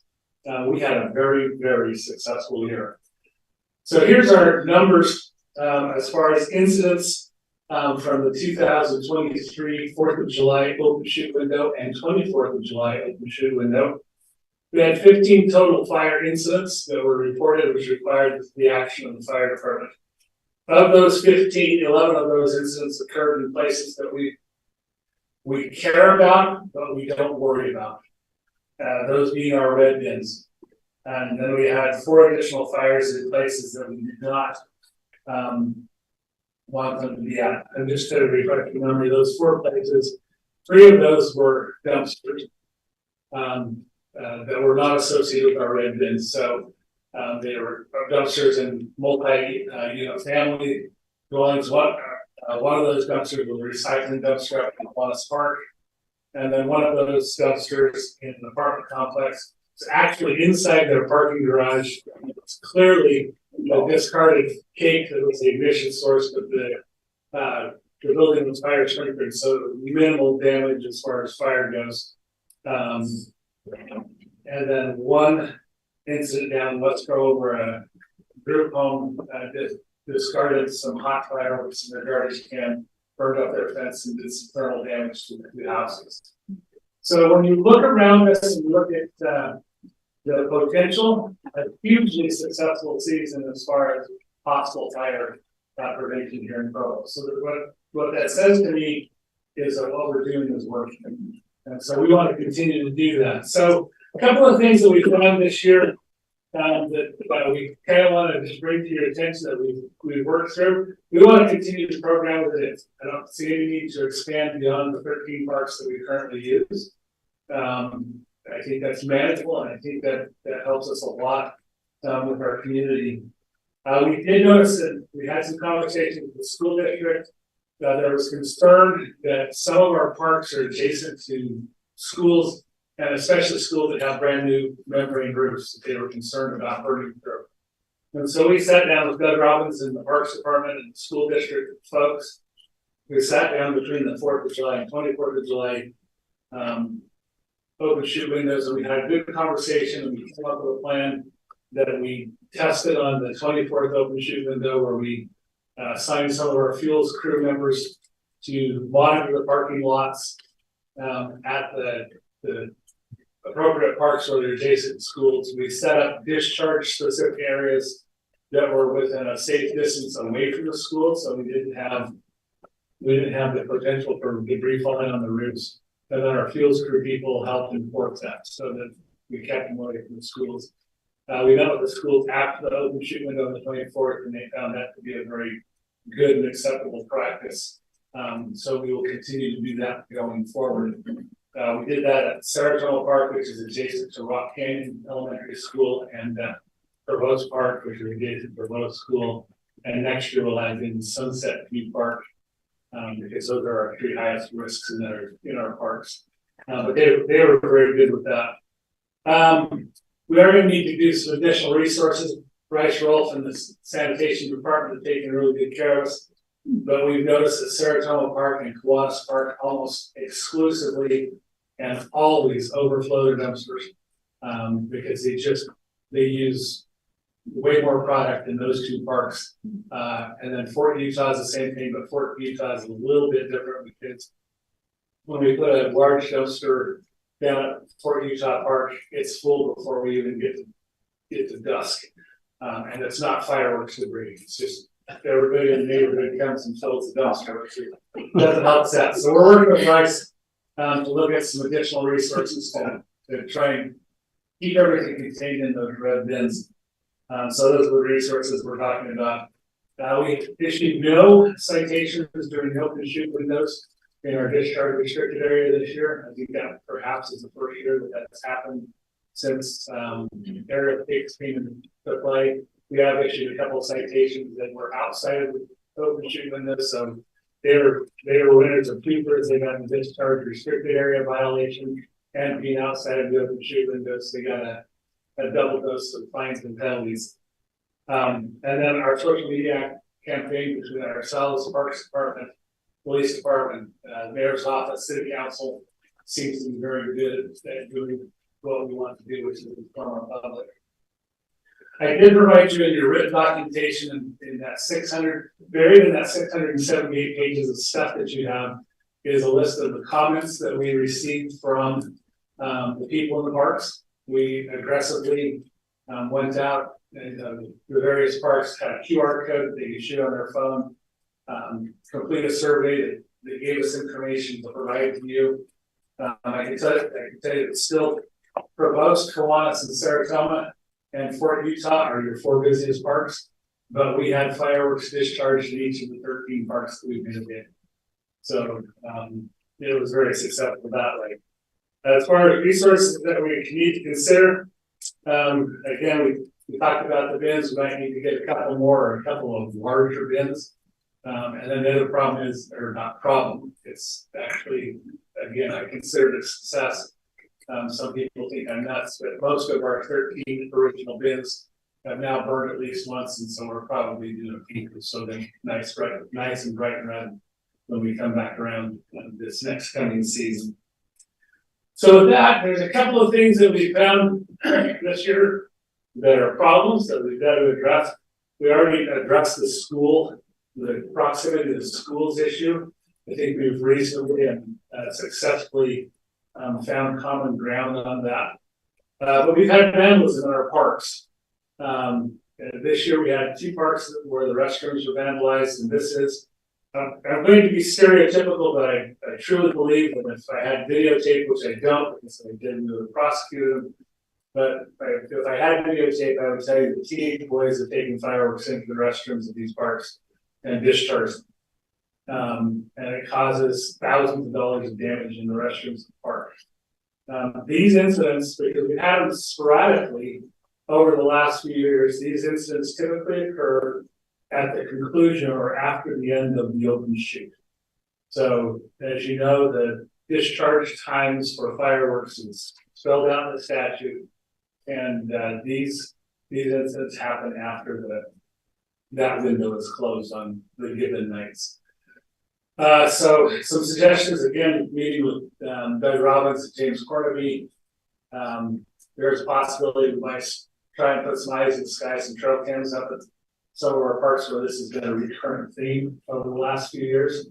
And then the other option is as we finish our rounds, the fire department is out in force the nights of these open shoot windows, hopefully keeping our people safe and encouraging good behavior, is to go through our parks that we're allowing fireworks usage and locking the restrooms, and then just locking for the night and then working with parks to reopen in the morning. So I realize that's a pain, but the continued vandalism is a threat to this program because we save thousands and thousands of dollars in property damage in people's individual homes and property that we turned around and spent in repairing 2 bathrooms that people blew fireworks did. So that's one of our biggest threats. I just have a couple more pictures of some of the damage there. But we do believe that we've got some options. And then the last threat, then this one is really in its infancy, but I need to put this out really early. There is some rumor floating around, and I've heard it through the state fire marshal's office, the Fire Marshal Association of Utah, our Utah State Fire Chiefs lobbyists have their fingers on this pulse. There's the legislation being talked about to open up the fireworks, allowable fireworks within the state of Utah to include all consumer fireworks, which would include bottle rockets, Roman candles, and firecrackers. Which is not a ton of traditional fireworks, but it represents a significant threat to the ability to reasonably continue to use our parks for the discharge of fireworks. I will keep the administration and you folks posted as that works its way through the legislative session, because in my opinion, that's a pretty significant threat for what we have, which is a very, very significant program. So that's it on fireworks. Any questions about fireworks? Thank you, and thanks for watching this. I really appreciate the work you do to keep us safe. I only want to maybe make a suggestion, and maybe I represent a minority, but I feel like I need to speak up for parents of young children, elderly people, pets, wild animals. We could be as successful as we can be in keeping things safe, but if we're creating that kind of noise for that long of a period of time, it's very difficult for those people. And so I would love it if the social media messaging that went out wasn't just about safety, but actively actually saying, maybe you don't need to do it this year. Maybe you don't need to blow things up. Maybe there are other ways you can celebrate the holidays. I don't know what exactly would be the way to do that or how to do it, but I would like to measure success also maybe on curbing the noise volume, even when it's all, again, within sort of the restrictions that have been placed on us. I just feel like this culture of blowing things up, especially if we're looking at something like that, is just going to get worse rather than better. Even if it's safe, it's the air quality is terrible during those time periods. It's very difficult. I get emails constantly from citizens saying, please, can we just stop? My dogs are screaming, or our kids are screaming. And, you know, and for people who suffered through war, right? PTSD, it's pretty traumatizing as well. So anyway, I just want to express concern for those citizens and say, you know, if there's some way we could think together about curbing the activity itself, just to maybe look for healthier ways to celebrate our freedoms, that would be good for the city, I think. I know they're obviously, you know, we're kind of held captive by state law to some degree, but obviously we should, all of us, I think, be vigilant about, you know, making sure this doesn't get worse. And if anything, maybe try to find ways to improve it a little bit. Anyway, thanks. You're welcome. So last but not least, this is not scientific at all, but just estimates having been out on each of the nights of the open shoot window, it appears that probably between 70 to 80% of the aerial fireworks that are happening in Provo are happening in our parks. So I consider that a win, and we can do what we can with social media. We are confined to what the state law. They've hemmed us in pretty tight. All right. Second thing we'd like to report to you is our Wildland Urban Interface program. Again, had a very successful year. We were very fortunate. We had a very wet year this year. So our fire risk was down. That's a 2-inch sword. Our fire risk was down as it was throughout the West. It also means that our wildland deployments and our wildland revenue is down as well, which is good. We had contacted 32 homes this year. We did 6 home assessments, and out of private residences that fall within our wildland urban interface, we shipped 76 cubic yards of material and took down the green waste dump, which is a good success. With our new neighborhood program or our new district programs, Captain Atherton and or myself had the opportunity to present at every neighborhood or district meeting about the WIG program, and we got really good input from the district councils. And we were able to make good relationships and do some really good projects. Just the one project I'd really like to highlight happened at the Grandview, the Lions Park hillside that goes between Lions Park and up to Jordan Avenue. It's a chronic wildland urban interface problem. And it's just going to be mitigate it and then go back and start again and mitigate again, as is what wildland urban interface is. They got together, their neighborhood got together, and on August 12th, they had a neighborhood day. They had folks come in from Carterville working to get some in-kind hours served for their neighborhood programs. On August 12th, they had 169 volunteers, over 300 hours of volunteer in-kind service. We hauled and or shipped 156 cubic yards of green waste off of that hill. That covered about 1.21 acres of property. It was a huge success. I was out of town that weekend, and Captain Atherton couldn't wait for me to get back on Monday to drive over to Lions Park and see the line of tree limbs and shrubs and stuff that they pulled off the hillside and was lined up along the walk along the grass waiting to be chipped or put in the dumpsters to be hauled down the Greenway site. So that was a really good thing. As far as city projects, we did a lot of work at Deadloss from the heavy winter up at Big Springs Park, as well as string trim the Bonneville Shoreline Trail twice. Had to do it twice this year because it was wet enough, it grew back. So what they do is they go take trimmers and they trim 6 feet on either side of the Bonneville Shoreline Trail, which gives us a huge buffer in the event of a fire below the shoreline trail. And we continually, every Monday morning, the Wildland fuels crew goes out and breaks up bootleg fire pits. Those are the rock rings that appear everywhere. They're particularly problematic when we issue the fire restriction. So they go out every Monday and they bust those up, and they did that as well.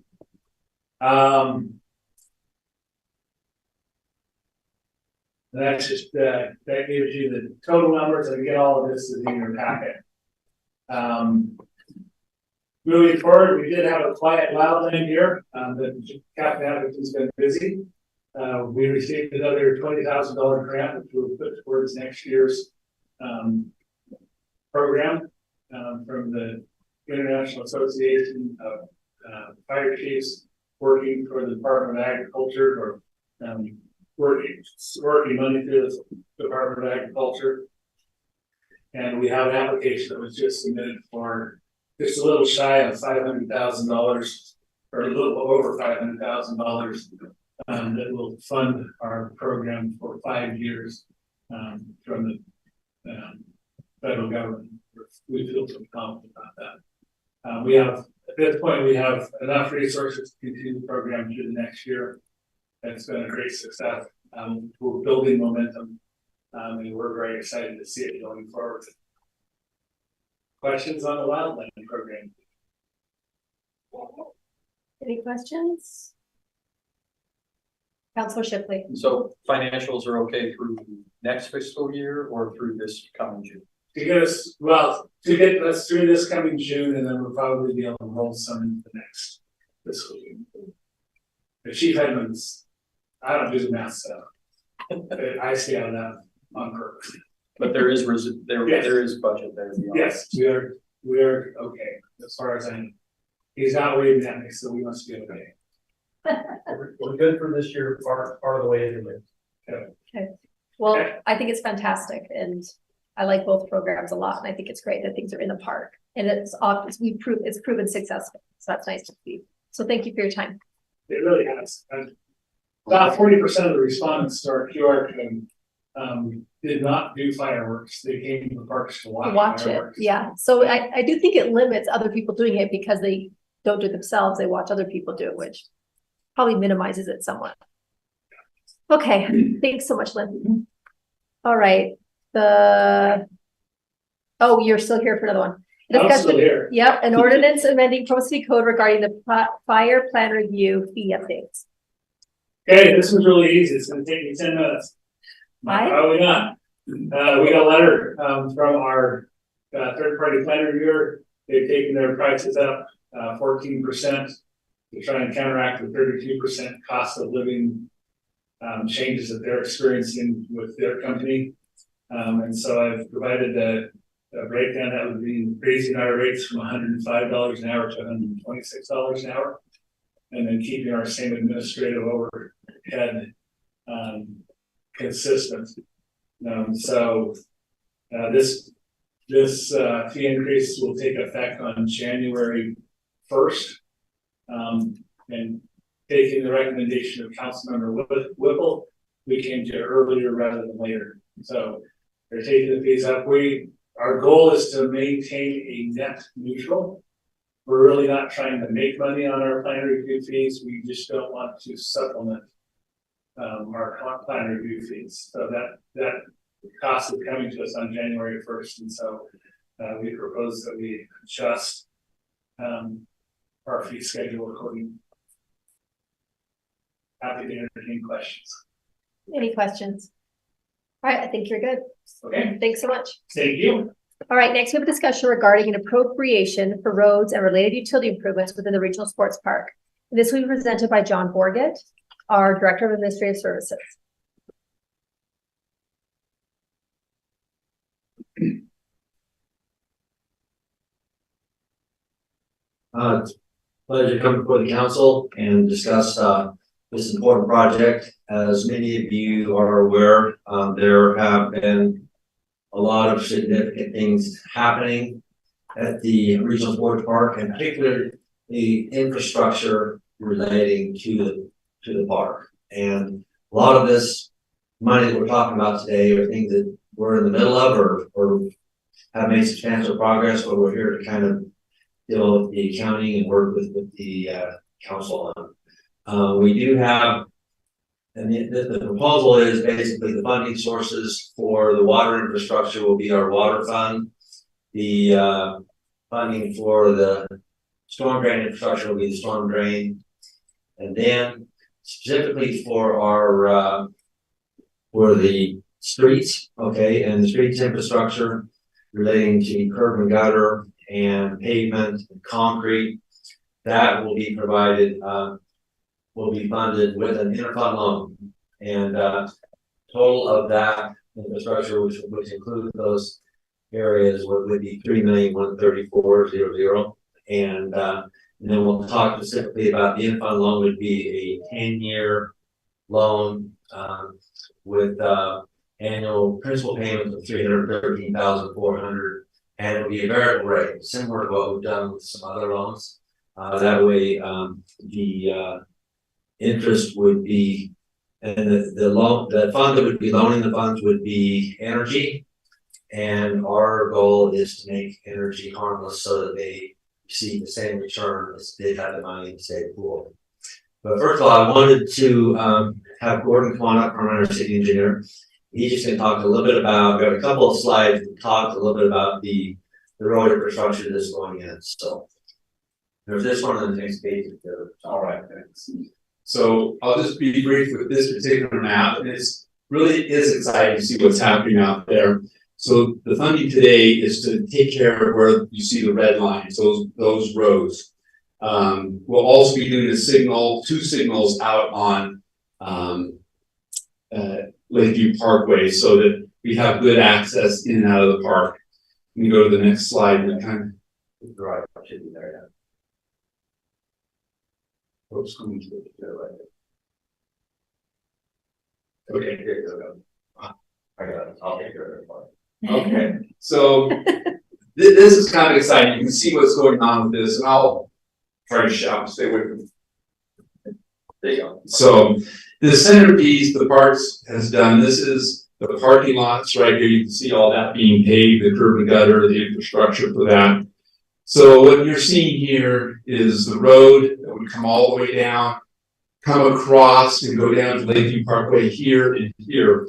So you can see how massive of a project that is. That's why the costs are there. Gary's here. His group is putting in. You can see the big piles of dirt. They're putting in huge sewers. It's not particularly large sewer pipe, but it's very deep, and that's what's causing the big piles of dirt out there. So if you're interested to come out and see this looks like an anthill, kind of with the I don't mean to call the ants or the park group ants, but they're everywhere. People are digging, trying to get ready for next year's grand opening. The Parks Department has loaned us a little bit of money to do some prep work on these roads already, and so part of this we paying them back so they can finish up their project. So, any questions? Or? Yeah, I guess I'm just unclear on additional infrastructure costs that will need to happen before completion. So, I guess I'm just not clear on. I mean, we've kind of tried to be as good about pay as you go and figure things out as we go, and this is a miracle of a project that, you know, this much has been done with how much we put into it. Can you give us a sense of additional infrastructure needs that would need to happen prior to opening? So just this funding that John talked about, the $4.5 million. I think there's 400,000 from the water department, 500 from storm drain, and then the three. I don't have the exact numbers. Right. But does that get us to grand opening? That gets you to grand opening. The only thing I'm not aware of is the pickleball courts, but you'll have all the soccer, all the restroom, all the playground facilities, all the roads in and out, the signing, the signals, Lighting, the lighting, everything. Soccer goals, everything. Soccer goals. But this right here is the public works infrastructure. Yeah. yeah. Well, and again, that's kind of my question is if, you know, we've got red roads here, you know, Yeah. that's what this money is going to, and I'm just So- curious, are there additional projects that need to happen between now and opening just to make this a functional park? Is this just step one, or is this? This is final step. This is last step. So in the future, when this property develops, this road would go through, but it's not necessary for the park. So this road may not be built for 10 or 15 or many more years. This road would go into whenever it develops again, decades, or whenever it happens. But this whole park, from my understanding, will be 100% operational, ribbon cutting, except maybe for the pickleball. That's the only thing I'm not concerned completely with. And maybe Scott can speak to it. Can speak to that from my former career. Sorry, Scott. That's all right. The crossroad was really a defining line because of the utility work. And a lot of this utility work isn't just for the regional sports park. A lot of it is for the west side also. So we will be moving out of the site. So sod will be arriving on the north above the cross line in spring. And therefore we're operational cutting ribbon in fall of next year, and everything's on track. Irrigation's all installed, curb, gutter, everything's there. And the project will pay for the asphalt of the parking on the inside. And then we just start moving out. So currently we're getting some great arrangements on fill coming from, ironically enough, the rec center at Spanish Fork is bringing their fill to this site. And so is Springville High School. And so that should be enough fill for no cost to fill up the remaining area of that, and then start working out of it in the south. So it is phased though. I mean, in phase one is everything north of the middle red line. Right. So mostly the soccer, you know, most of the soccer infrastructure 15 ready to go. Yeah, 15. And that was the best way to be as effective about getting something as early as possible. Bill Fillmore has been there since the Parks and Recreation Board talking about when can we start receiving the benefit of it. Yeah. That allowed for Public Works to do some very difficult connections and work and utility work on that south side while we were finishing on the north. And 15 fills will allow us to do some tremendous events there as we're finishing that. But phase two, or that second build out, that bottom build out, doesn't require a significant infrastructure. Again, kind of back to the infrastructure question, like we're creating the infrastructure necessary for the entire park at this point with this.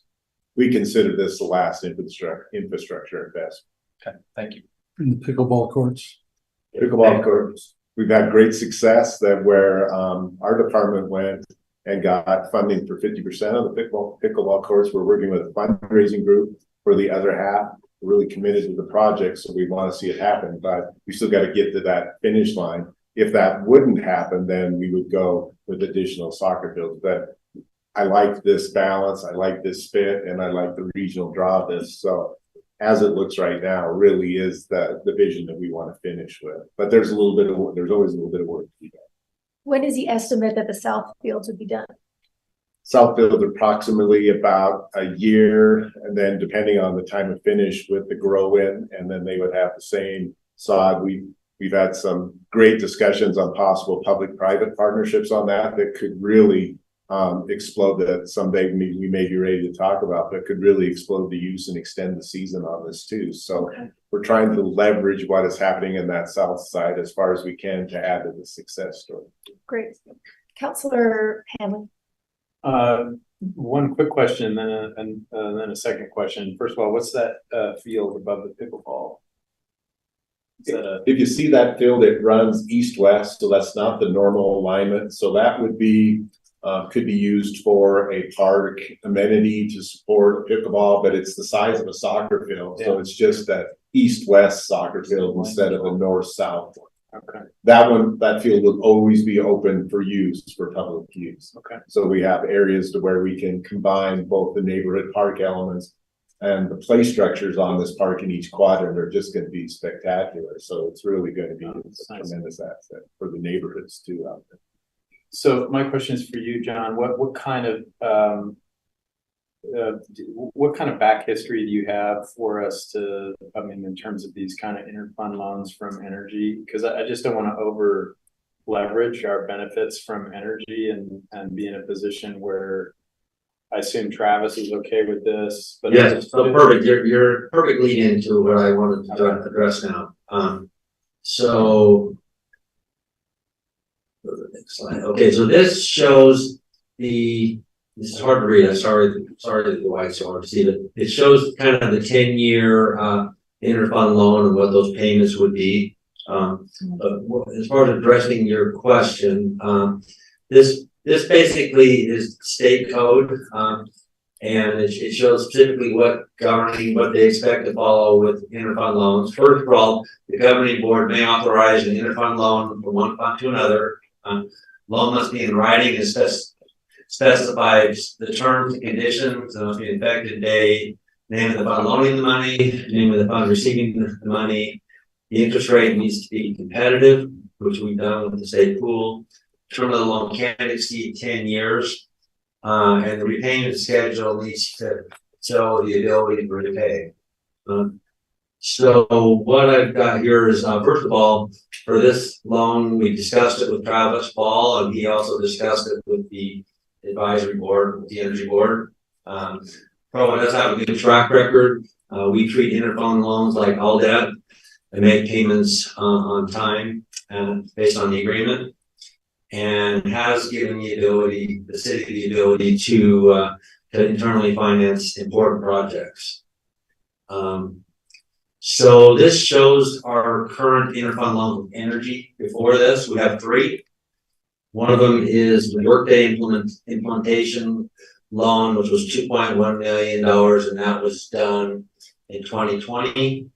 We purchased some property in 2020 adjacent to the airport. It was the Grant property, and did an interfund loan of $4.9 million. And then we did in 21, we did a loan to bridge the actual funding from MAG. We had the funding in place for the terminal, but there was a timing difference on that loan, and it was $9 million.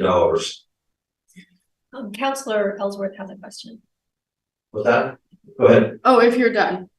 No, I got a couple more slides, and then I'm happy. Or I can answer your question now. Oh, keep going. Okay. Yeah. So this is the workday implementation loan. I've highlighted the sections that have already been paid. So it started at $2,184,000.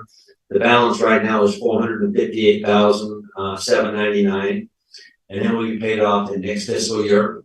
And so it's close to being paid. And I would just say that Each of those 4 payments have been made systematically. They've been included in the budget, and we've made those payments just purely according to the agreement that was agreed with the council, and so it'll be paid off. The next loan is the airport property purchase that I talked about. And what we've done each year is we came back to council, and the intent was, and the hope was, that at some point the airport would be able to have funding available enough that it could just service that debt. But what we've done up till now, because the airport has still been expanding and we have still been building that business, the general fund has covered that payment for the 3 years. And so started at 4.9 million, we're now at 3.5 million. We'll come back in January, February of this year, this fiscal year, coming up in a few months, and address this issue again. Likely, based on where we're at, it will be the general fund as well.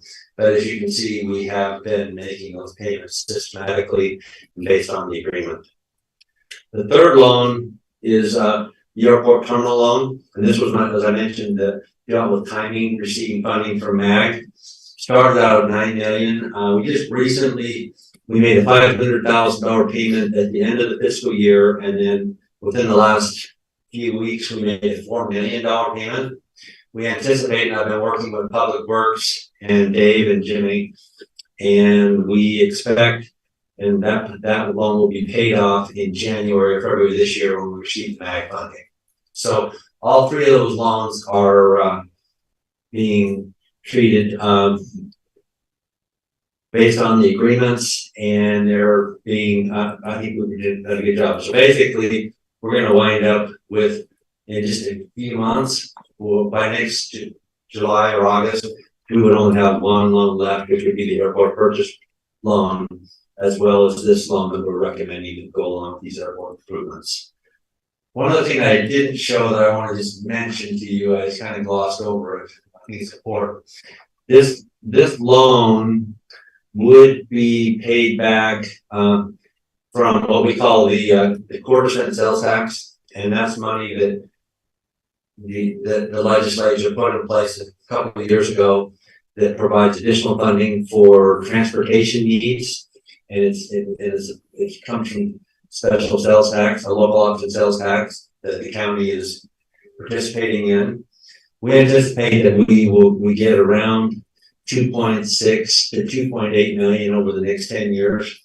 And we are committing basically with this funding that it would be about 470,000-ish to 450,000-ish service over the 10 years, which would still provide funding for transportation needs in the $2.2 to $2.4 million range. And so that's what the funding, where the funding would come from. And so with that, I'm happy to now answer the question. Yes. Yeah, the transfer hasn't taken place yet, right? No, Okay. no, it's going, if the council approves it, it would actually be wouldn't be a transfer, it would just be an interfund loan that provides the funding to basically pay for these improvements. Yeah, okay. So I attended the Provo Energy Board meeting for my duties last Monday. And I think there's just a miscommunication because that board was told, they weren't consulted, they were just told that this had already occurred. And I thought, well, the council didn't move that money, so how could that be? So is there any clarity on that kind of statement? I had talked with Travis about the interfund loan proposal before the board meeting, and he was just confused on whether it had happened yet or not. I'm not sure where he got the information. I definitely didn't tell him that it had already happened. So it was probably just a miscommunication, or he just got us back. But yeah, it hasn't happened yet. Okay, and then just to clarify on your slides, like the energy board was not consulted, they didn't endorse it, they were informed. Yeah, and I think that's basically what I said. So that's a good point, Dave. Let's see here. Discuss with Travis Ball and the Energy Advisory Board. Just discuss with them, made them aware of it. Okay, yeah, I guess there just needs to be better communication because if maybe Travis misunderstood something and then different information or was relayed to the energy board or about the energy board. So I think clarity and communication is key because this was very confusing to me last Monday and for the last week, honestly. Okay, yeah. Take that and appreciate that feedback. Any other questions? Counselor Whipple. Yeah, so my question on this one, the proposal is, I think, a 5.25% interest rate based on the state pool rate. Would that be fixed or variable? It's variable. Okay. And we just put a 5.25 just as kind of a rough estimate, kind of where rates approximately are right now. What we do is each month, we get a state pool statement that provides us what those interest rates were during that month. And we would, as the loan would be a fixed principal amount each year so that it pays off in 10 years. Then the interest would be calculated monthly so that we can calculate it. And if the rates go down, then the rate on this loan would be lower. If they go up, it would be up. And then one of the reasons that we feel real strongly that it takes this kind of nature is so that we can be assured that energy would never be in a situation where they were actually earning less interest than if they had money that was in the state pool account. So, and rates are high right now. Yeah. They are higher right now. They've been as low as 0.5% several years ago. And so who knows what's going to happen in the future. We're hoping that we're towards the peak right now. And then sometime in the foreseeable future that they'll start to drop. But that's where they are now. Yeah, because on the airport property purchase, you can see how the interest rate is significantly different over the 3 years. Yep. And so this interest rate would be the same as the airport property purchase? That's correct. Okay, It's in short-term treasuries, dictate what the state pool pays. yeah, And short-term treasuries materially changed, and probably will go back there. yeah, I agree. all right. Counselor Hanley. Maybe you've answered this question before, because I feel like I maybe have asked it before, but I just don't understand why the state requires us to have interest rates if it's an inter-fund loan. It's like the city's loaning. Why can't we just transfer funds from one department to another? Why do we have to have a loan? We definitely do have the ability to just transfer funds. If the council approved and wanted to do a transfer, they could. But what we've tried to do is realize that as we look at projects, we wanted them to kind of stand on their own and not just pull money from a specific fund. And so we use funds as a source of funding and then pay them back over time with an interest rate based on what because we're trying to hold that fund harmless or protected, but the council does have the ability to transfer money. You could just transfer money from energy. Then in essence, what would happen would be the energy ratepayer would be paying for that. I see. Okay, that makes sense. Yeah, so the interest rate protects the payers of the energy. That's correct. Right. Yeah. Okay.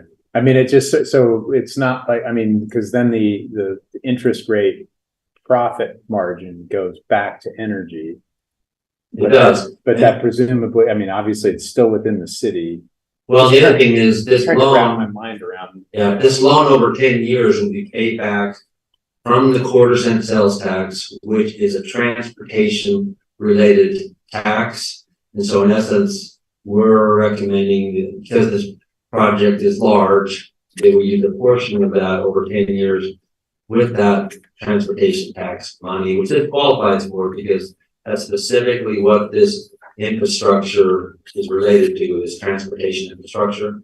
And so that's the intent. The other thing is that we realize that over the next 10 years, we have a lot of other significant transportation needs to utilize that funding. And so we don't want to just have it all for the next 3 or 4 years, because then we wouldn't be able to service any of our other transportation needs, or we would really be crippled. And so the idea is better off do it over longer term, so that we can try to do both. it seems like, I mean, you know, we just need to be careful because Travis might end up owning the entire city before too long. Yeah, and that was the reason why I thought it was really important that when I showed the other 3 loans, the 2 of the 3 will be paid off by next summer, and the other one we're making payments. What's a bad situation is when you have interfund loans and the payments aren't being made, and they're just sitting there, and then you're in a real bad spot. But it still does impact Energy's liquidity.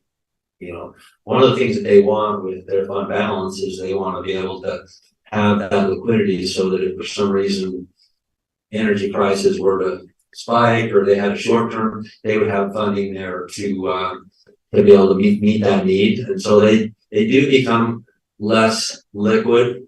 But the good news is that in essence, by paying that $9 million loan off, we're actually going to be a little better off even if we do this one than we were just a few months ago before we made these payments. I was only kidding about Travis. No, it's okay. The reason I don't take it lightly. Yeah. Because it does, there are impacts. You could see it, yeah, you could see how it could go poorly if it's not well managed, so. Yep. Yeah, that's very helpful, thanks. Okay, Councilor Whipple. At one point, you said the project will pay for the asphalt on the inside.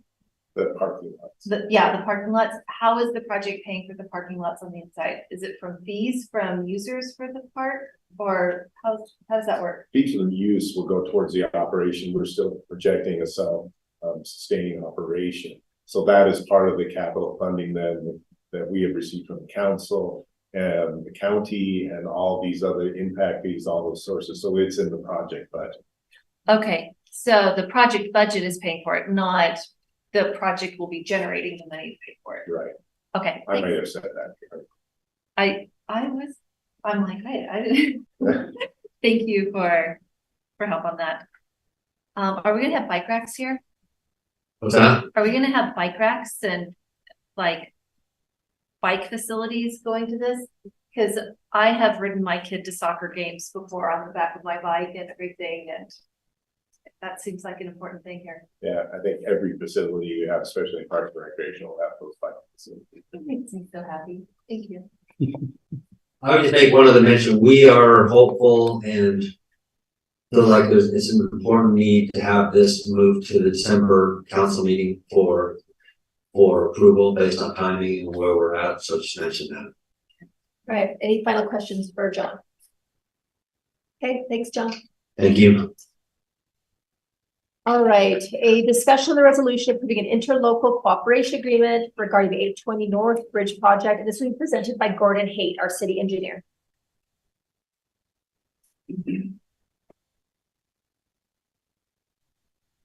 All right, so in the year 2025, the city will receive funding for the replacement of the 820 North Bridge. We've all witnessed how that needs to be replaced. There was a fatality just a year ago. And what this interlocal agreement does, it allows us to start doing work such as design, any studies and those kinds of things, and then be reimbursed when the money's available from the county. So the county's already approved this. Now we just need the city council to approve it so we can begin work on design and the studies. So our intent is to go out to bid and get into construction early 2025. In order to do that, we need the year 2024 to do the design work and get everything in place. Any questions? Now, do you want to tell them the pricing? Like we're going to receive what, 12 million from the county, and then so we'll receive the 12 million. Now, what will happen if the intent was to come and do this work meeting, and then in December, if you approve it, then we'll sit down with John and we'll talk about, how much money we need to spend to do the design and the studies, and then that will all be paid back in the beginning of 2024. So, but we didn't want to start borrowing money if we can't do it yet. So we're just doing this through the steps. So right now you haven't approved us to spend money ahead of time, not budgeted, but this allows us to do this in that next. and the amount is like $1 million something, right? Yeah, so the design's probably less than $1 million. And so when we see these big numbers that John's throwing around, we're disappointed, so. And this is the match required to get the count. We have to do a match, so we'll have to come up with a portion of that as well. Okay, and we're voting on this tonight. Are we? Yeah, is it? No, okay, okay, Next in, next time. 2 weeks. in December, so we wanted to just hit you up, so we answered all your questions in the work meeting. And then we will bring this back to you in December, and I'll give this short of a presentation then as well. Okay, thanks, Gordon. Any questions for Gordon? Thank you. All right, guys, we have a break until 3:15. 3:15, 6 minutes, people. 3:13, 3:15. 3:15. 6 minutes, eh? Yeah, we want to do 3:20. Don't look at me. She was very much looking at you. She was very much looking at me and looking very. Only 20. Oh,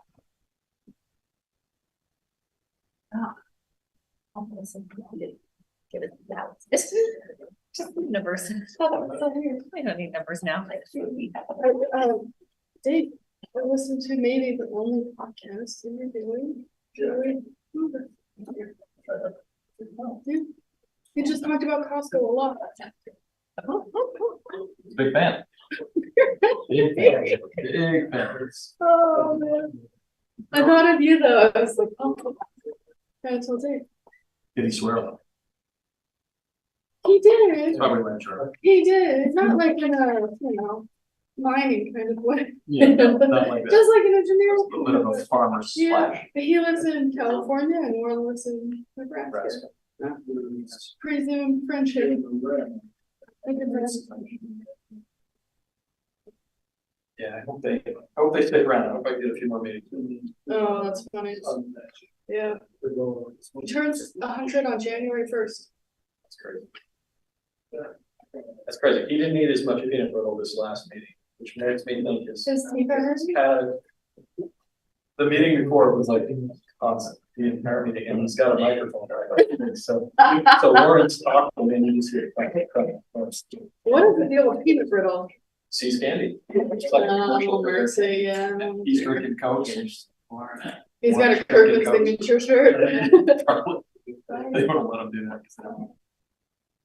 They might as well. Oh, okay. I have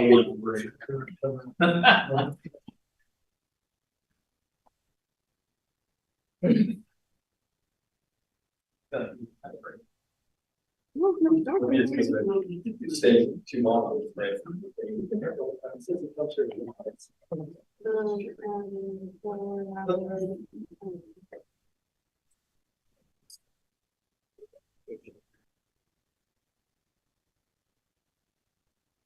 So Justin, the initial thought on that funding was general fund. I guess that got changed between the times. Yes. You talked about it. I didn't think that was necessarily the kind of budget from these different public works departments. Yeah. wow. And I guess if they were like, they'll just fund them. Yeah.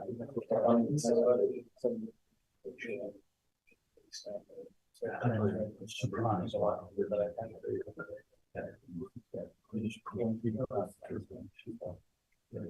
It's gonna be skinny. I've been trying to help you. Oh.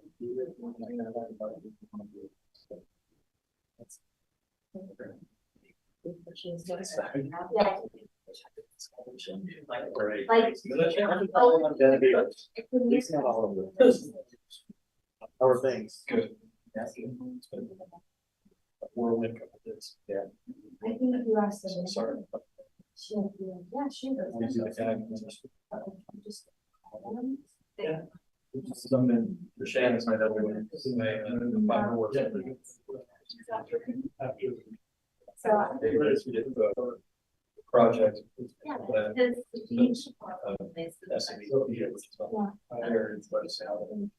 it should probably just get a library policy.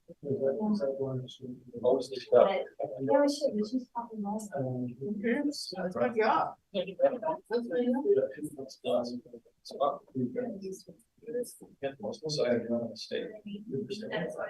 Not good enough. Other than Utah City. Don't say it that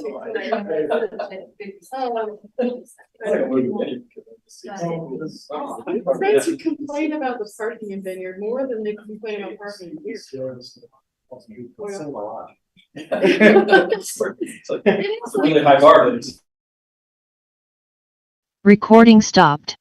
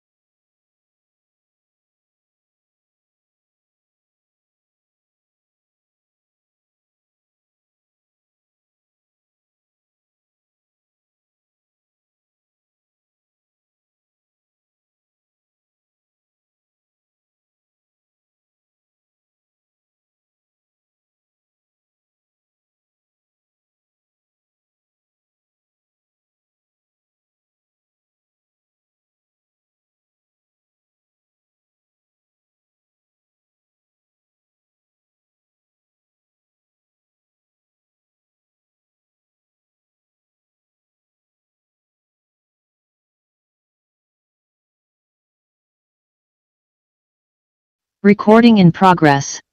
Yeah, the range of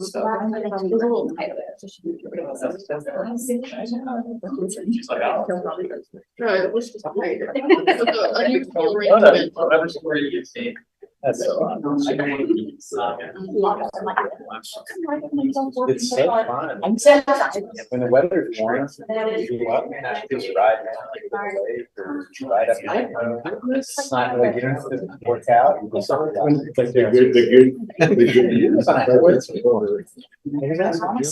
Right, everyone's here. Should we just start? Yes. Let's start. All right. All right. Are we recording? Yes. We're going to have a discussion on an ordinance amending Provo City Code regarding various administrative reports and other miscellaneous code updates. And I want to acknowledge that we have the Mayor Michelle Kafusi with us now. So this will be presented by Justin Harrison, the Council Executive Director. All right, good afternoon, council. I know we are semi back on time, but hopefully this will be quick and get us ahead of time. So this is a follow-up item from the August 22nd work meeting, where council staff gave a presentation regarding what was formerly entitled the Report on Reports. This documented current reports that are codified in city code. The council directed staff to return with recommendations regarding changes to include clarity, any expansion or elimination of those reports. And since that time, council staff has been working with the administration and with departments to come up with some of those clarifications and eliminations or expansions. So the remainder of this presentation will just detail what those proposed changes are, and we'll go from there. So first is the easiest part, to explain just what reports were being deleted from that list. It was recommended to delete. There were a number of business license reports. The mobile home business license report had been reported in quite some time, and there wasn't, frankly, any mobile home business licenses. So didn't see a need to complete that or to continue to have that report in code. Additionally, a report from the cemetery sexton had not happened in quite a while. This also asked for the cemetery sexton to report not only to the council but to the mayor after consultation with the administration. That was something that really is included in Parks and Rec budget presentation that they do as the cemetery falls underneath Parks and Rec. Last was the graffiti removal report. As fun as this sounds, hadn't been reported in quite a while, and after looking back at some of the legislative history, seemed to be put in place when there was graffiti was much more of an issue. Since some of the changes that have been made regarding the graffiti program, and specifically some of the programs downtown on Center Street that have been done in conjunction with downtown Provo, like the covering of the utility boxes. Staff felt that this really hadn't been an issue, and it really didn't serve any purpose going forward. Some of the reports that included changes included a report that is currently in code and is given to the council regarding insurance claims over $30,000. This was kind of a strange, arbitrary number. This is one that we worked on directly with Mr. Jones and the city attorney's office as the Brian compiles that report and is given to the council. It is typically done semi-annually, and so we thought the best thing to do, I'll back up briefly on that. They also report on all of the claims that come to the city. So we thought rather than trying to make this something that it wasn't, to go ahead and codify what is really our standard operating procedure now, which the city attorney's office reports on all these claims semi-annually. The second change in one of the reports was regarding current code that requires the mayor to submit a state of the city address. So to allow greater flexibility, we thought it best to change the state of the city address to something that is actually delivered and presented to the council and included in the budget book, which is the budget transmittal letter. This really, I think, meets the intent of what is meant by the state of the city address. This is intended to be part of the budget as you look at the actual code. It's also something that is necessary for GFOA certification. So the budget transmittal letter has a lot more meaning, although the state of the city is a fun address, and I know we all love to attend. The next set of reports were just some of what we're calling the regular reports. So really we differentiated between regular reports and triggered reports. So we'll get to that on the next slide. Regular reports included these, gosh, we got 15 reports that would specify, well, very specifically in code. They were just didn't allow for what actually needed to be done. So The changes that were made included specifying a reporting period and a reporting date, as opposed to this report being given every year. So really specifying, so it was known by both the council, the administration, and whoever's delivering that report when it would be due and what were the specific parameters as far as reporting period. The change here also included adding the verbiage mayor's designee, as many of these reports come from departments and those department directors. As I mentioned, the other set of reports are triggered reports. So as you can see, these reports don't happen on a regular basis. They happen based off of an action. So for example, the annexation petition report isn't something that happens annually because there may not be an annexation. So as an annexation happens, a report will be given. So that's being triggered. We also made the suggested change to include mayor's designee as opposed to the mayor. The last piece of this actually comes from a report in Title 5 and Title 5.08 regarding the Utility Transportation Fund report. As we were reading, there was another section, Title 508 100, that includes exemptions to the transportation or to the utility transportation fee.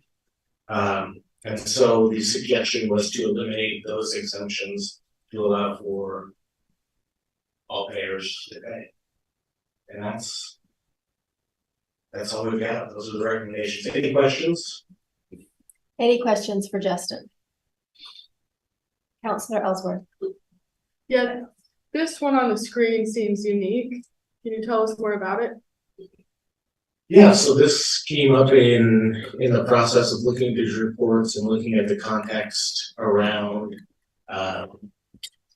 the reasons for reporting.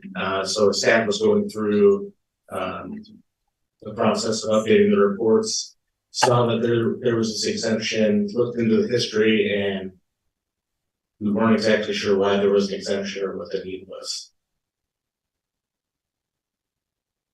Does anyone know where that originated? That is a good question. And probably pull up for you when, well, I know I can pull this up as far as the legislative history of when it was implemented, but.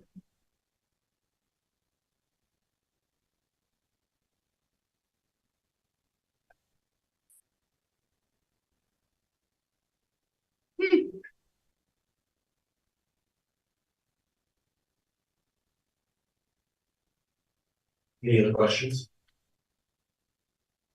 When you set these compliance reports, it looks like, are all of them on the first day of the second and fourth quarters? So some of them, not all of them. Okay. Some were based off of a fiscal year, and we thought it best to give an additional quarter for departments. Actually, we set the reporting period as, for in most cases, a fiscal year, and so the reporting would be in that case of their calendar quarter. We wanted to make sure there's sufficient time for departments who are compiling these to have that ability to actually put something together. I like the more specific dates. And do we need to do follow up with the administration of departments so that they know when these reports are due and get them on their workflow calendars and everything? Yeah, so this is actually a conversation I had with Mr. Henderson. The plan is to meet with the administration and actually find out who that designee is going to be. And we plan to include this list of reports with the designee in the council handbook, just so it's readily available and accessible. Great, that was kind of my question. Just for hearing from the administration, you guys are all good at this? Were there any issues you guys saw with it, or? I think we saw it all within the code, and it's clarifying that. And I talked to Justin about making sure that the schedule also meets that we don't overload. Some of these are listed as specific quarters, that we don't overload the council and some of their other items too. So hopefully Justin and I will be able to work together on a calendar that gets the full reports and or presentations and doesn't affect or overload the the council and their work. Great. Thank you so much. Do any of these require a presentation to the council, or are they all for written reports? So they're all written reports. The thought was with the written report, this would give the council the opportunity to read the report. If there were additional questions or you would like a report, we can request that of the department to come in and make a presentation. Okay. This way we'd have the report so we'd know what questions we would want to ask of the department. That'll be fun. Thank you. Okay, thank you so much, Justin. Thank you. All right, next, a discussion regarding a discussion on a resolution adopting a sewer system management system, a system evaluation and capacity assurance plan, and a pretreatment local limit. This will be presented by Dave Torgerson. This was more fun reading that we had this weekend. All right, what was that? That was more fun reading that I felt way up my alley. Well, thank you. Well, appreciate the opportunity to be here to present. So this is we're seeking a resolution to adopt 3 reports for the wastewater system. These reports are required by our governing body from the Division of Water Quality. And so this is just kind of a brief summary of what those reports are.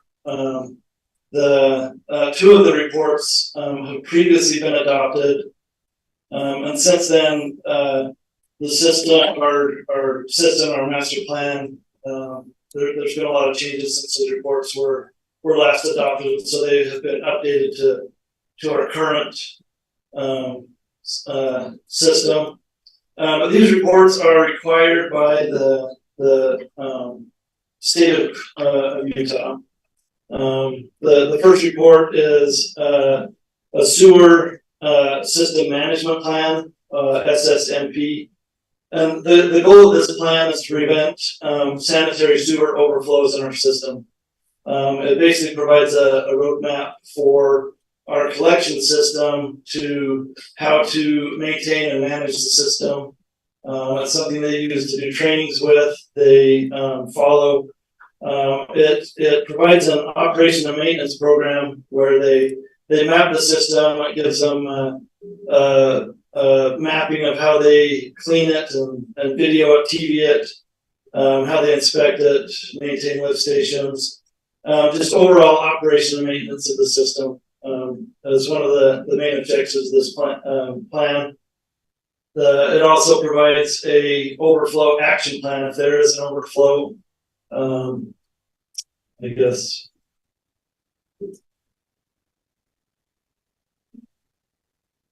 I don't have very many slides, so but it provides a response plan if there is an overflow that happens.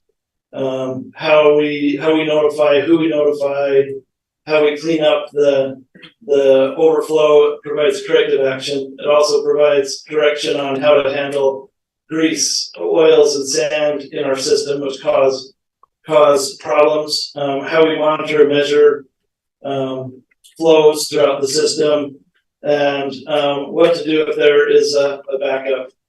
And like I said, this plan was previously adopted in, I think, 2016. It has since been updated to reflect the current staff we have, the staffing levels, the equipment that we have. And so just to update that with us and with the state. The next plan also was adopted in 2016. A system evaluation and capacity assurance plan, or a CCAP. That plan is more for capacity of the sewer system. We have since the last time this plan was adopted, we have updated our master plan. And so this plan is required for all public sewer systems over 2,000 connections. So we fall into that category. It provides methodology to evaluate plan and schedule system repairs. It also it includes steps for modeling our system to make sure we have adequate capacity. It has a plan where we have conducted flow monitoring to monitor if we have infiltration into the system, how we can better manage it. It has plans for flow reduction and evaluation, and it also follows and provides a what is it? Capital project list with a budget, so where we can plan for improvements as needed as we determine, as we do our flow monitoring and we determine deficiencies in the system. It provides a plan and a roadmap that we can follow to implement those plans. So those two reports have been previously adopted. The third report, which we have in our ordinance to enforce local limits on our pretreatment program. So the third report, we've been working with the state on, and this is currently in a draft status. We anticipate getting final review comments back from the state within the next week or so. But what this report does is we have industrial users that discharge waste into our treatment system, and this plan is there to help protect our treatment system. The treatment plan is designed to handle residential waste. And sometimes when we get industrial users into the city, sometimes their waste is a lot stronger, has heavy metals, has all kinds of different components that a regular resident would not have in their waste stream. And so this report is established to help define what, so we have local limits that we allow the industrial users a certain limit to discharge so that we don't violate our permit. And so it's there to protect us at the treatment plant and us as the city to keep us from exceeding what our permit is. And this report is there to provide the background and the basis for what those limits are that we can allow the industrial users to discharge. And so it follows the. Do you have a question? Yeah, just a quick one. So, yes. So I assume that that's evaluated when we're looking to permit, an industrial use on a property, but how do we monitor from that point? So that's a very good question. So we, when we permit an industrial user, they're required as part of their permit to sample their discharge on, usually it's on a quarterly basis. And in fact, in the next presentation, that's one of the next item. That's one of the items that is clarified in the next the ordinance update. But they're required to sample their waste stream and report that to us. It's self-reported, and it's us trusting that it's the correct. It is, and we, so as we establish these limits, we also go and do the sampling ourselves. Okay. So yeah, we're sampling and checking. Okay, thank you. Yep. But anyway, that's it follows the Code of Federal Regulations that and this is like we're working closely with Division of Water Quality to come up with this report. And like I said, it's currently in a draft status. And I anticipate getting, hopefully I get no comments, but I anticipate minor comments within the next week or so to finalize that report. Okay, thank you, Dave. With any questions? Yes, I'm curious. So this is a state thing and they approve it. Like this isn't just for process. This is nothing we ever vote on or do anything with, correct? You're just informing us. And it's regulated by the state. It is regulated by the state, and one of the regulations that they have required that it be adopted by the governing. So we do body. adopt You do adopt the it. stuff once you've. Yeah, gotten so that's approval. why we prepare the resolution Okay, to adopt these reports. okay. And should I go to the next one then? Or is there any questions? Is there any questions on this?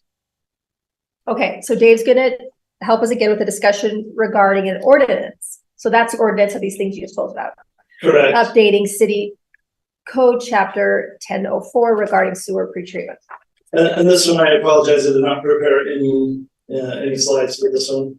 And I hope this one is quick. We have also been working with Division of Water Quality on updating our ordinance for our pretreatment, chapter 10.04. It is also governed by the chapter 40 of the Federal Code of Regulations.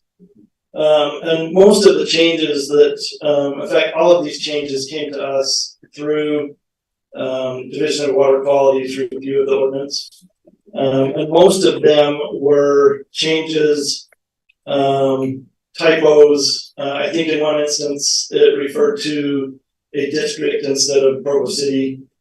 So that's been updated. The two main changes in the ordinance is first, it says all laboratory samples collected for this ordinance should be analyzed by a lab that is either certified by the Environmental Laboratory Certification Program.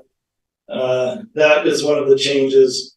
The samples have to be done by a certified lab or someone that we as a city approve to do that prior to those samples being done. The other one is a change that allows for instance, some of the industrial users, we've had to have them implement further methods to restrict their flow so they don't overwhelm us. And in some of those instances, they have to bypass their system. So it provides means and methods for them to bypass their pretreatment while they're making these modifications.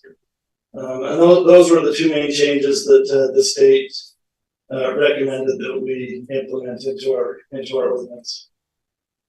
And with that, is there any questions? Any questions for Dave? All right. All right, thank you. Next, we'll have a discussion regarding a general fund appropriation for the MyHometown Initiative, and this will be presented by Dixon Holmes and Tara Riddle.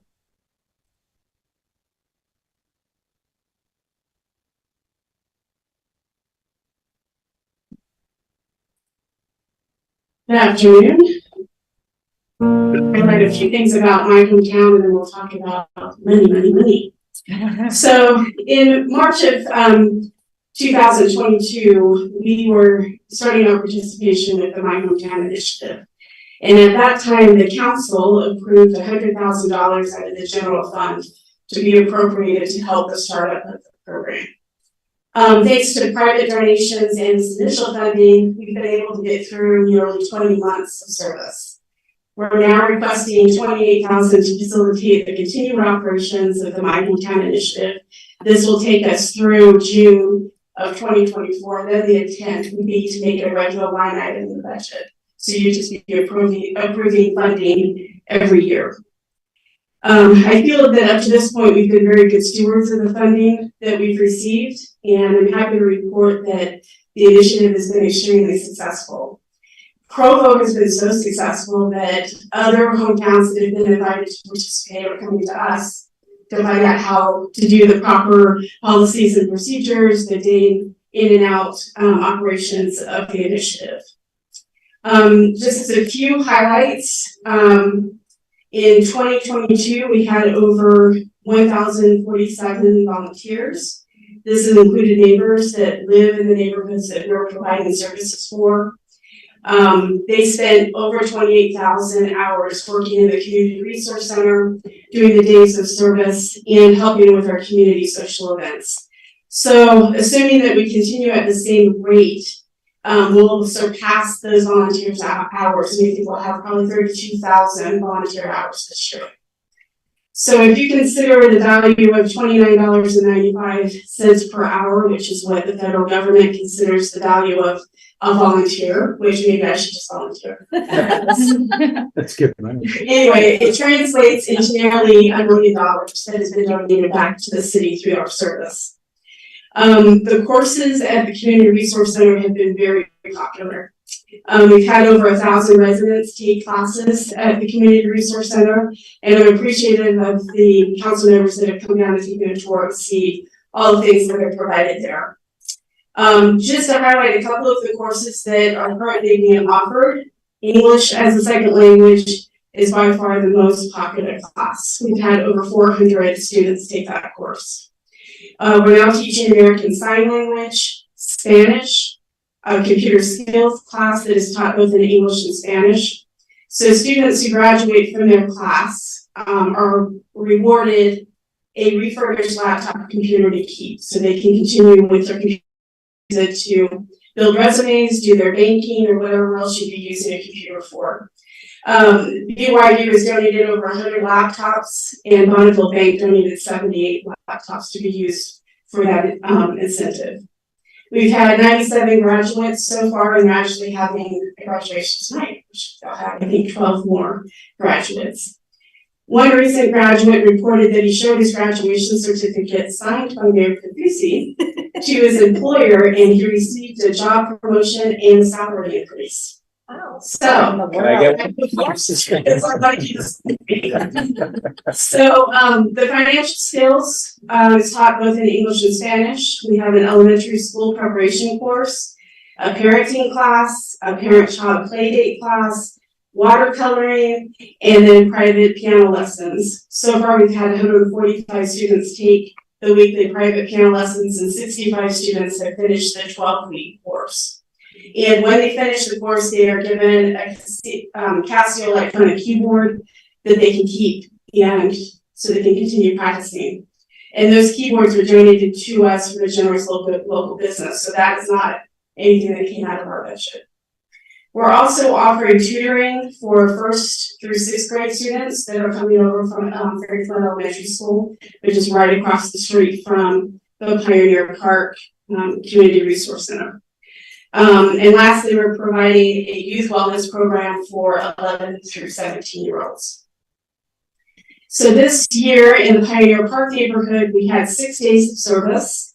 We worked on 44 projects with 1,017 volunteers who volunteered over 1,900 hours of service. This is not including our ongoing service volunteers. So we have service volunteers that are volunteering anywhere from an hour up to 15, 20 hours a week to help provide service both at the Community Resource Center and during the days of service. During the days of service, we painted homes, garage, sheds, and fences. And with the help of the city's arborists and parks crews, we've felled trees and then put them into manageable pieces and carried them to the dump trailers and dumpsters. We weeded, cleaned up yards, organized neighborhood cleanups, planted flowers and bushes, we filled sandbags, and we cleared and beautified the Paul Rings Wilderness Park. We've had numerous community activities, which included a partnership that we have with the Franklin Elementary School, where we help them with their family fun night. We've had summer pool parties, a family carnival, and talent show. All of these events brought citizens together to show their talents, have fun, and build a camaraderie. In coordination with Jason Benson, who's the principal of Franklin Elementary School, and the Provo School District, the MyHometown volunteers have organized a group of donors who have committed to fund the Franklin County's Leader in Need program for the next 7 school years. This program is currently in over 6,000 schools throughout the country. It's designed to build leadership skills within each student. So the donors for this program include the Franklin Elementary School, the Church of Jesus Christ of Latter-day Saints, the Kearns Family Foundation, Central Bank, and Bonneville Bank. Of this program, Dr. Benson said, not only will the Leader in Need program benefit every child by teaching them leadership skills, it will also positively affect their families. It will transform this community. So Franklin will be the only school within the entire Provo School District that will be using this program and curriculum. So now Steve Bartholomew, who's the student, has put together a video that kind of highlights everything that My Hometown does. So I'd like to show that now.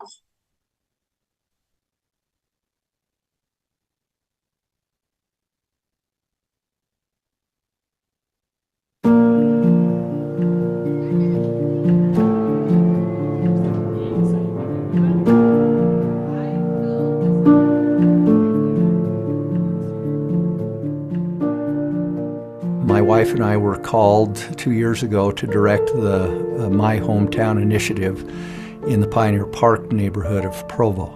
So the partnership where it all began was with the City of Provo and the Church of Jesus Christ of Latter-day Saints. And the Church of Jesus Christ of Latter-day Saints really put a lot of thought into this because they didn't want it to be a welfare program. They didn't want it to be dependent on the city or on them. They really put a lot of thought into, they wanted the people in the area to be lifted so that they could lift their neighbors.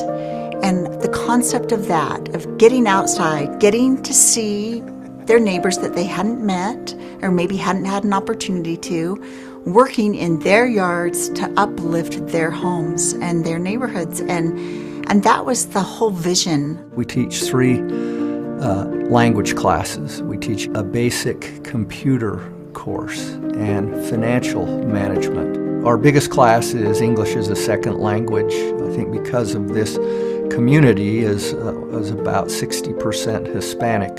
We currently in this session have over 150 students taking English as a second language. My name is Erika.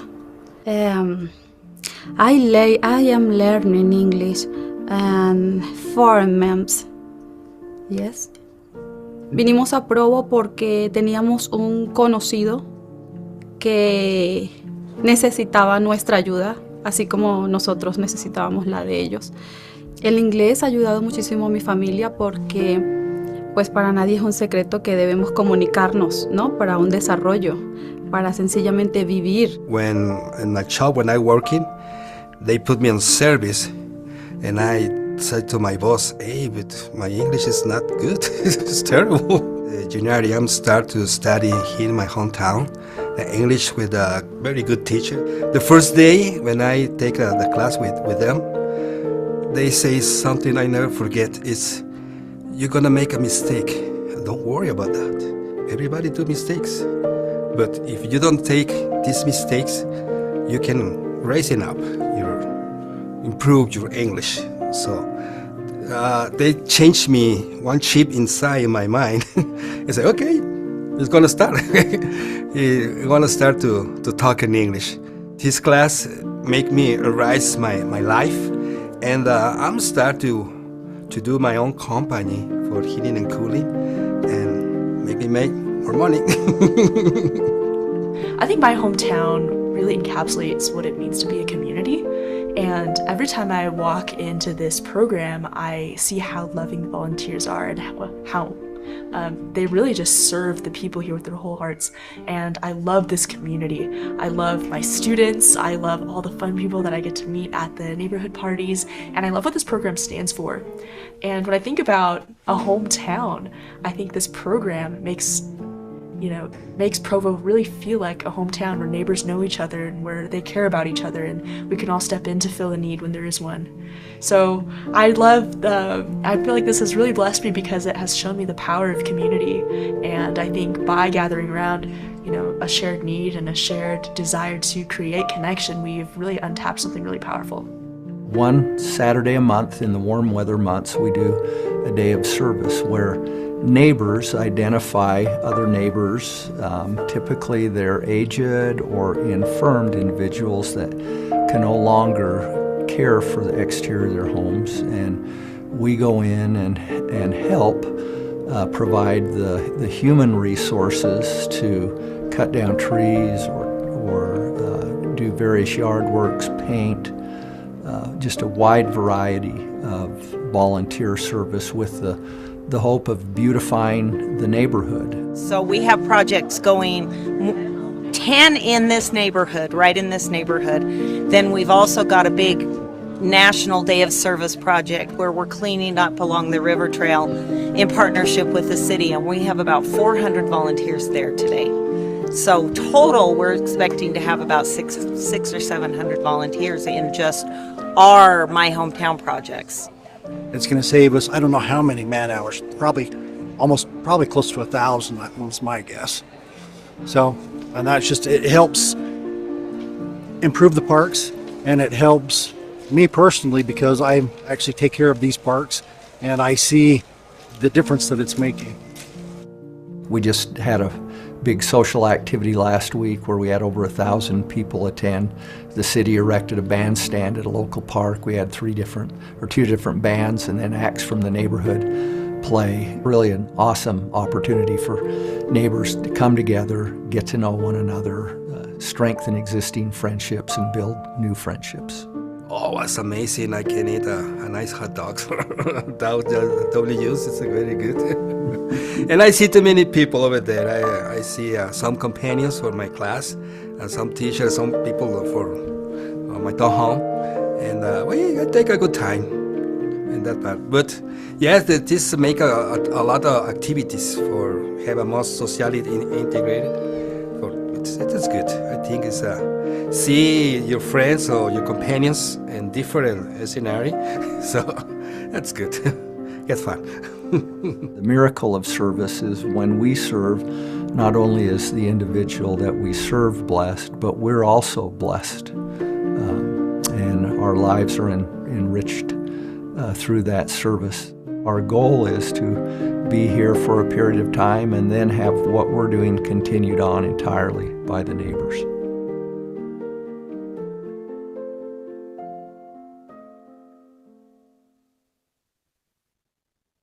Tara, did we see you making a balloon animal? No, although I could. Okay.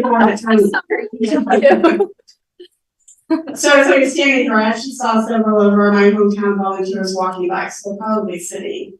And they wanted to come to share their support as well.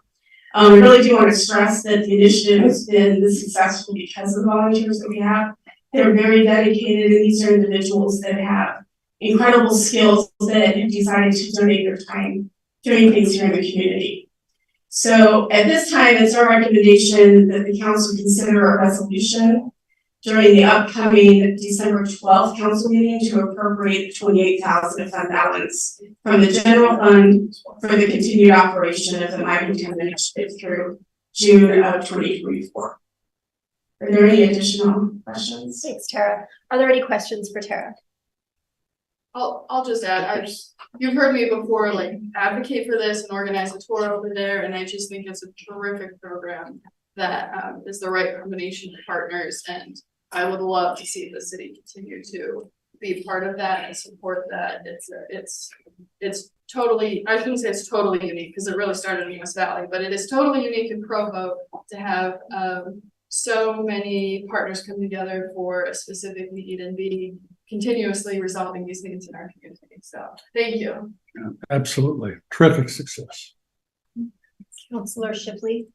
So it alluded to like start something like this and you get it hopefully to a point where it can kind of sustain itself. But where would ongoing funding, take up? Would it be more organic at that point, just kind of help each other and organize service projects and not as much of the one-off funding? I guess I'm trying to think through how that continues and maybe how it changes to other neighborhoods in Provo. No, I think that is the kind that becomes self-sustaining, where you have individuals from the neighborhood taking over teaching the classes and organizing the days of service. So this is kind of giving the framework for that to continue on. I think our plan would be to be in these neighborhoods for at least another year or two, see how it goes, and then move to another neighborhood if it's successful. And help us understand from a funding perspective, you've got donors that are giving, you've got volunteers, but what's the primary cost associated with just operating that might not be there, right, at some point if we're trying to make it self-sustaining and something? So I think a lot of the cost is curriculum. So actually buying the books to teach the English and Spanish. when we have the events, is the cost of the events, so food and entertainment, that kind of thing. The individual donors, a lot of them have been very specific about where they want their donations to go. So when we initially started the program down in the Pioneer Park neighborhood, there was some improvements that needed to be done to the building. And so we had a donor that actually donated money for those improvements. And then we have this donor that donates towards our keyboards and things like that. So, I mean, there are donations, but I don't think they're sufficient enough at this point to completely carry the programs on. And sorry, one more quick question.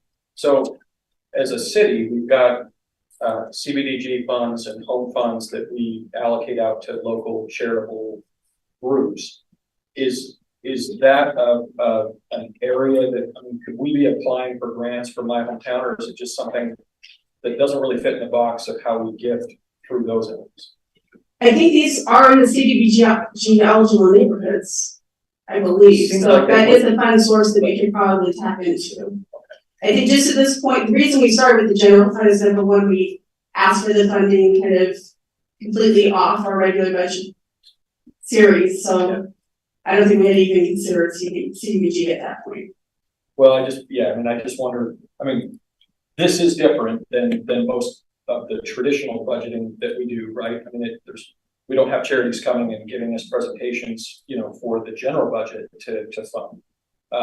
But we have a lot of charitable giving that happens through these grants, you know, and other avenues. So I just wonder if an ongoing revenue source or funding source might be something like that. I think you're doing a lot with a little, and I really appreciate, you know, the effort that you guys have made, all the volunteers. I mean, it can't happen without a lot of people giving a lot beyond money, you know, of their time. So. Well, if I may take the opportunity to recognize our volunteers that have streamed in. These are the people that are actually making all of this happen.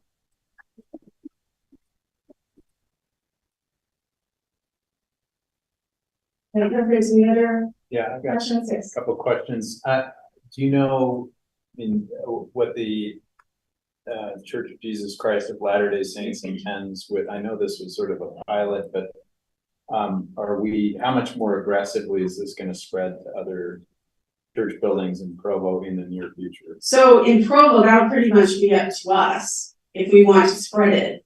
But I believe an announcement was made this past weekend. Yes. I'll have Greg Vaughn is the director of the Pioneer Park neighborhood, and I'll have him share what the announcement was this past weekend. So the church announced this last weekend in a meeting we had in Salt Lake that beginning January 1, it's not going to be pilot program anymore. It's going to become an official mission of the church. It's currently being added in Covilla, and other Wasatch Front communities will follow. But the first out of Utah city that is approved for 2024 St. Louis. So Right now, it's going to go globally. That's something. We're in effect, we're in the Pioneer Park neighborhood, and aptly named, that we're truly pioneers of this program. And it's just touched so many lives. Explore that. Did they say what mission? Is it just senior missionaries, or is it young missionaries? Is it all missionaries that will be called to? The missionaries we have serving range from the early 20s to the early 90s. Okay, awesome. Most are retired. You're looking at us. And we have perhaps 12 or 14 young service missionaries. We have 79 missionaries. Oh.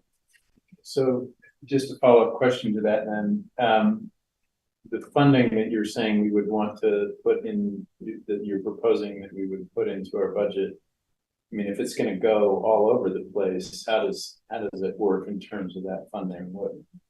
You mean the funding? It'll be just the funding that we're asking for is just for our area. Just for the city of Provo. Just for the city of Provo. But what I mean is, you've got this certain amount of money. I mean, we spent $100,000. We're talking about $28,000. But if it's going to be in stake centers all over the city of Provo, won't we need more? Probably, but at that point, I mean, we're still kind of in the that, even though it's leaving a pioneering / pilot program, we're still kind of testing this all out. So we'll have to see how much the funding would need to increase and what services we'd be providing in other neighborhoods. Because maybe we won't need to have a community resource center in every neighborhood. Maybe we just need to have days of service or something. I think we'll be very smart with the way that we strategically place things and make sure that we're in the appropriate neighborhoods that have the need. And what was the money typically used for? I mean, I saw banners, I saw food, you know, is it that sort of thing? Is it? Well, it's also curriculum, so the actual books that they're using for the classes, that's a lot of the funding. Putting on the activities, so food and that kind of thing. But presumably, if that's going to a bunch of different buildings in Provo, those units will probably be asked to donate, right? To come up with their own funding. Is that your sense of how the church is thinking of it? Yeah, because the church gives us a budget to operate on also, but I think the most, the placement where the city's funds go are days of service. You know, the homeowners, need a fence torn down and a new one built, maybe it's a $1,500 project, and they can pay $200. And so we dip into that city budget to pay for the rest of that fence. So those materials, any labor costs, materials, days of service. Yeah, really big super activities. You saw one on video. You know, provide the food, entertainment. Things for them. So it all goes to those people. And I might just mention, we're on track this year for service hours that volunteers provided. Last year in 2022, we had 1,047 volunteers donated over 28,000 hours of service in Provo. And then in addition to what South Freedom as well. That's great. Well, I'm fully in favor of making it a regular thing. I just didn't have a sense of proportion here in terms of it. I love the idea of us putting some skin in the game and making us a partner as a city to something that is nevertheless very grassroots, very much centered in the church community rather than, you know, civically produced and administered by us. I think it makes a lot of sense that we partner. I want to follow up on George's questions. Given the fact that this is obviously a phenomenal success, why don't we think big? Instead of just this increment you're talking about and keeping, perpetuating a pilot status. Provo, by the nature of our citizens, is uniquely situated to really do this in a much bigger way. What are the structural impediments to expanding this in a bigger way to more neighborhoods who could benefit from it? What stands in the way? Is it limitations by way of funding from the Church of Jesus Christ of Latter-day Saints? Do they kind of set the limit? Do we just try to fill in as best we can, or? Well, they give us a budget to operate within, just as the city has. And the thing that's interesting, there are 11 communities along the Wasatch Front with MyHometown Initiatives. Of those 11, our community center down in Pioneer Park is head and shoulders in terms of what we are able to offer. And it's largely because we're in an old 2-level building where we have dedicated space. But Ogden, for instance, so this summer, we did 64 service projects in the Pioneer Park neighborhood. Ogden did 800. 800. They typically will have on their days of service about 2,000 volunteers, and they feed them all after they have food trucks come and party after. But that's money coming from the city resources. Some of the limitations are, when we started this almost 2 years ago, there are actually some neighborhoods, the ecclesiastical units of stake presence, and now we're okay, we don't need this. I don't know if we were to go back to them, they would change their mind. But there are also some logistical issues. Pioneer Park is very fortunate to have a building that's actually available, the upper portion. The neighborhood that I'm working with in South Franklin and Freedom We have a building we share with everybody else, and so the limitation there is what we have to schedule with the 3 other wards are in the same building. We don't have a dedicated space. So those are just 2 of the limitations. But yes, and as Tara said, we're still figuring this out. So we have not transitioned yet to another neighborhood, but we are now working beyond the initial immediate neighborhood because literally they were equivalent to a ward boundary. And now we're working more within the state boundary. And so we are slowly branching out into the rest of the neighborhood that Provo would recognize as far as neighborhood districts. So we are incrementally getting larger, but we want to walk before we run. So obviously there's some financial limitations, there's some structural limitations. But if there's a will, there ought to be a way. And so what is Ogden doing that we could be doing? That's a good question, but I'm just needing help with this. I don't know. We haven't had any conversation. At least Tara and I have not, and that's maybe something that we need to explore. I hope you folks are sensing a lot of support here for what you've initiated. Awfully proud of what you've accomplished. And I'd like to see us go bigger. What we're doing, let's find a way to do it. Okay, so we'll put that on the mayor's office to It's initiate on. that.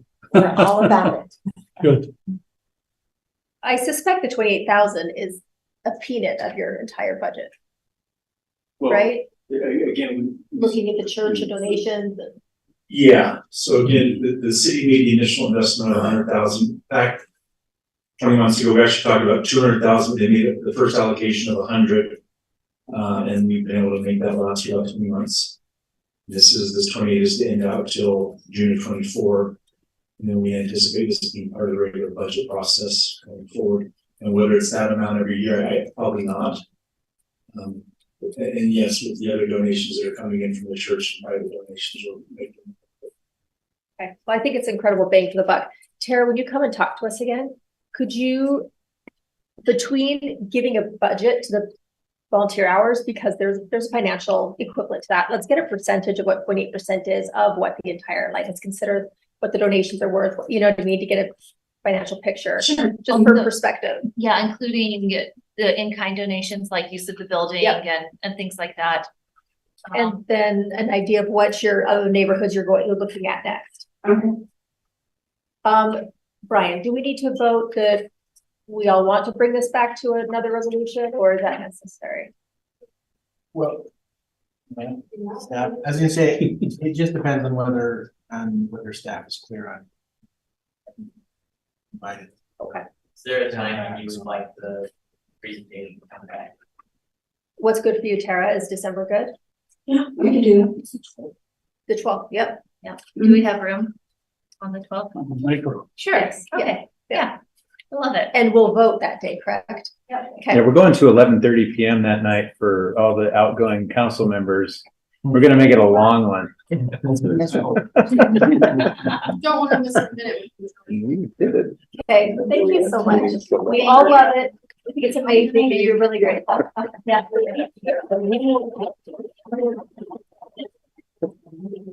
All right, well, on to more boring things.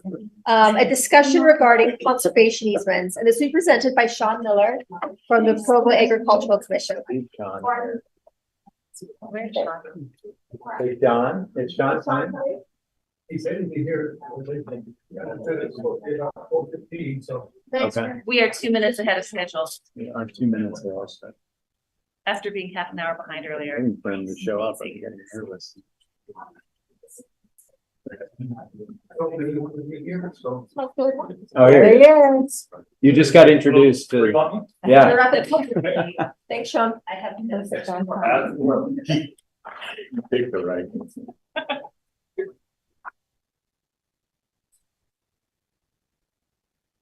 Good evening, you're welcome. Are you ready for it? Yeah. Okay, thanks for inviting me. I appreciate the Agricultural Commission. The Agricultural Commission has been in works for the past 6 years or so. Started by people who are focused on gardening in the city. We have some good initiatives there. over time, we sort of evolved into trying to protect farmland, west side of Provo. That's mostly where our energies have been placed in the last few years. There are 6 of us on my commission, actually 7. We just added Jenny Smith, who comes with real agricultural experience, which is nice to have. And I'll just give you a sense of what we think we've accomplished thus far and what we hope to accomplish in the next few years. So the map up here is the easiest way to kind of do this. This is the west side of Provo. This is Not you, talking. okay, microphone. You can pick it up. Oh, Just for the record. We're recording everything. okay, well, I have a pointer. Is this You can also touch this. might touch the screen. It's not like that one. So this is West Provo. This is Tanner Street State Park. Right. This is the Lakeview Parkway here.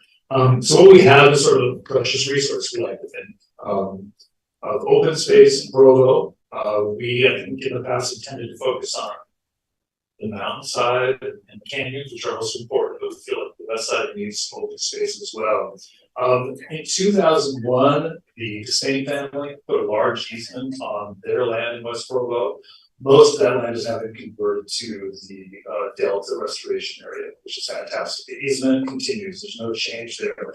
North of this, we've got the Powell Slough, which is 400 acres, more than 400 acres. We've also got a Cherry Hill easement, which is done in 2000, which is 123 acres. So all further up the coast of the lake, there's a lot of open, protected land, protected in perpetuity. So then in 2020, and we put an easement on the Robbins property, Christensen family, and that's about 37 acres. And that was sort of the first success that we had as a commission. Last November, we did the Seal easement. Last month, we did the Walker easement, and we hope to have the Horton easement done early next year. And that's all based on one, well, actually 2 applications for money from the McAllister Fund. So we were funded quite generously both times, about $500,000 the first time and $1 million the second time. They've been very nice in extending that funding because we haven't been able to use it as quickly as we'd like, and it takes time to sort of negotiate all this paperwork. But they've extended it through next November. So the Horton easement will finish out that application. And then our plan is to do a new application for the Disdains. These 2 properties here belong to the Disdain family that were not under the original easements, but they acquired these lands as sort of compensation for losing a big chunk of the land to the north. So hopefully by 2025, that land will be also protected. So there's some federal land, there's state land here, and of course there's the state park. Our short, not even really long term, but our near term concerns are these pieces of property here. And our goal is to really try and protect all the land that's north of the river and west of the parkway. Just open space. And the reasons for that, I think, are fairly obvious. The river trail will continue along the river. There'll be new trails going out and around the river delta and these private easements. The river trail is quite popular, and the concern is that these areas will be developed. So Hines family, they don't want to do anything with their land, they want to protect it, but they're not sure they want to do an easement at this point. I haven't talked with Ben Allen for quite some time, so I'm not sure where he stands, but Colton Burr is 20 acres, and he has been in negotiations for property. I'm not sure if through, I don't know where they are, but he likes agriculture. He may have changed his mind, and we hope to change his mind in the long run. But really, the thing we need most from the city council is sort of just time. We could sort of delay zoning changes. Property owners have enough time to sort of really think through this process to see if it's something that really works for them. That's sort of what works against it. So we work with the Nature Conservancy, and it's super helpful. They've done a lot of the fundraising, and we really couldn't do it without them. But this takes time, and we found that it takes at least a year, sometimes 2 years, to kind of work through all the paperwork and get the funding together to make this happen. And so we hate to sort of see spaces like that developed when I think it's in agriculture's interest, these families' interest, and the community's interest to protect them. So this area was recently approved for warehouses. I'm not sure where that stands. I see that there are for sale signs up again, so maybe it fell through. But the same developer who got the zoning change for this area also, he's got a whole lockup of commercial warehouses right here. So if there are commercial warehouses right here, you'll see them from the river trail. In other words, the trail essentially becomes like it is near DI, by an unappealing place where nobody walks. And also, if you put warehouses right here, they'll become the primary view from the state park. We'd like to avoid that. So again, if we can do everything north of the river and that tree line that sort of blocks views to everything south of that, we think that would sort of be the ideal. In addition to this, we've worked on a few other initiatives. We have people who would like to see more promotion of gardening. We'd like to be more active in helping the city use their community gardens, to have more of them, to promote them to be more widely used. There are people on the commission who would like to see Provo take on the title of a bee city, which we talked about with the mayor. So those are things we're sort of working. But I will conclude and we ask questions now. Councilor Ellsworth. Sean, thanks for coming. Can you clarify what you mean by like waiting on zoning changes? Do you mean like if a property owner comes in and they want to change their property rights and it's in line with the general plan, we don't necessarily have a good reason to delay that. So can you just add some nuance or clarity to that? Yeah, I mean, it's a matter of opinion whether or not it has a reason to change zoning.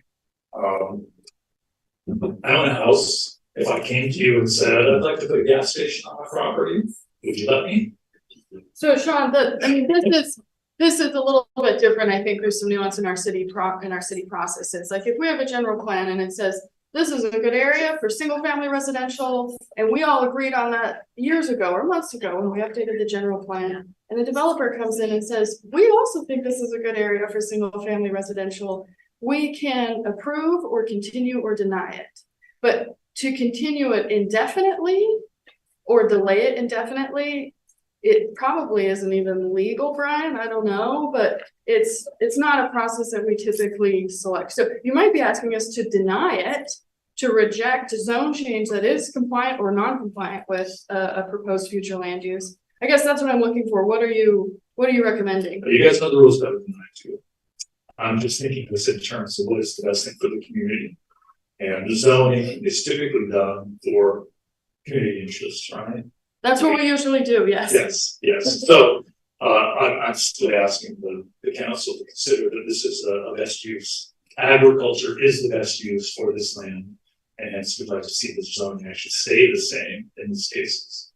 So I guess I would have to clarify what the general plan says in terms of future land uses, and then that would guide whether I agree or disagree on a certain parcel. And definitely there's context and property owners' interests. I guess I just wouldn't carte blanche deny all proposals. No, I'm talking about specific areas for specific reasons. And if you look, I mean, I haven't looked at the general plan recently, but it identifies agricultural areas and says they should remain agricultural areas until such time we get otherwise, right?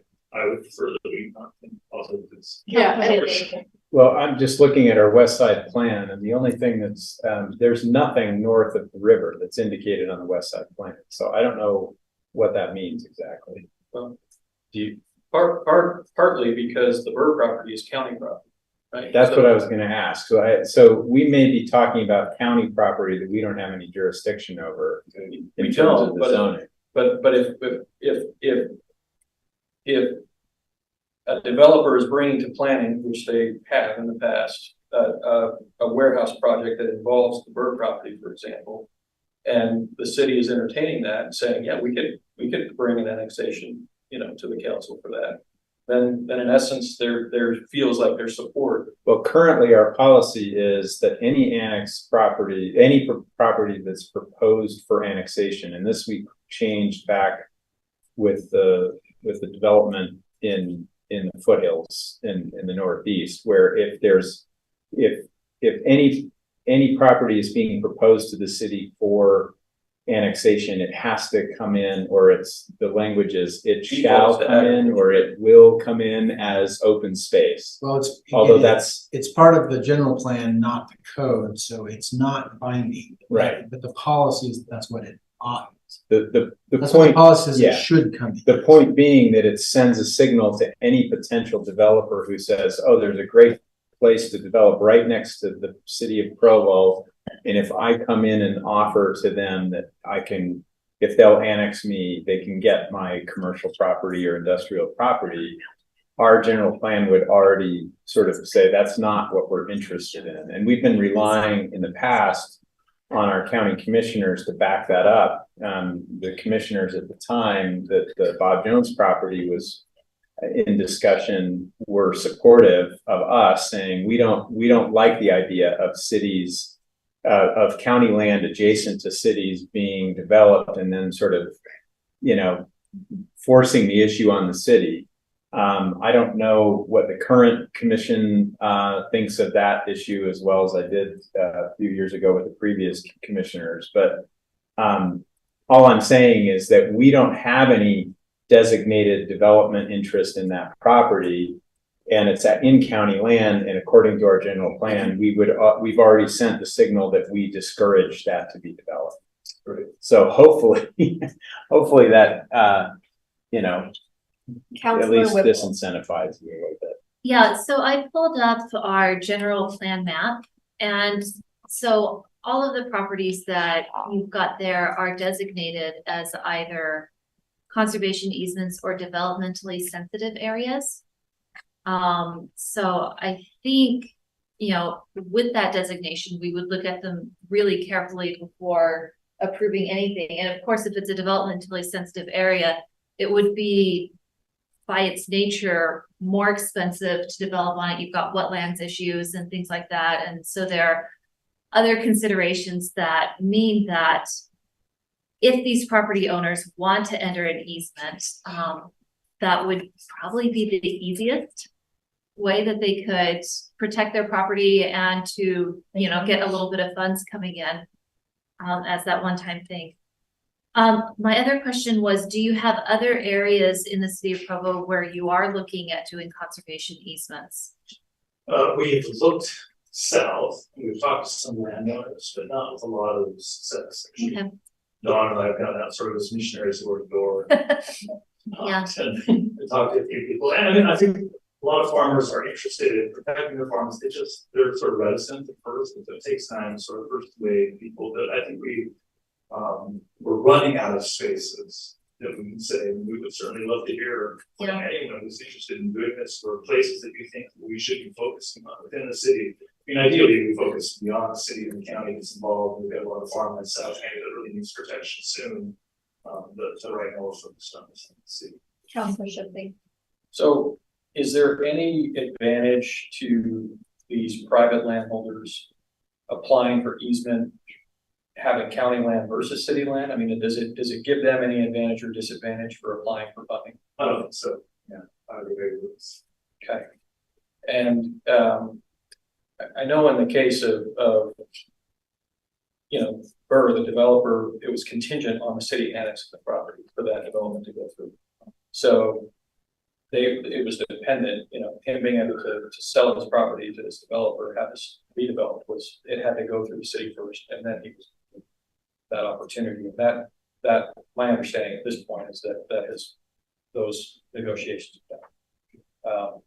Because of our policy change, or I don't think it was a policy thing. I think it was the developer couldn't get the full, because they initially came to the city with the full project, right? So south of the river and north of the river. They wanted a warehouse project that could include all of that. And so I think they came in saying, and we need the annexation to do that part. And I think the city said, well, wait, you know, just how about we work on one step at a time here. I don't think they said no. I just think it was like, do the part that's already part of the city, and then Councilor Ellsworth. Yeah, and Sean, I hope I didn't come across as not supportive. I am supportive generally. I want to make sure we're working with within our own frameworks.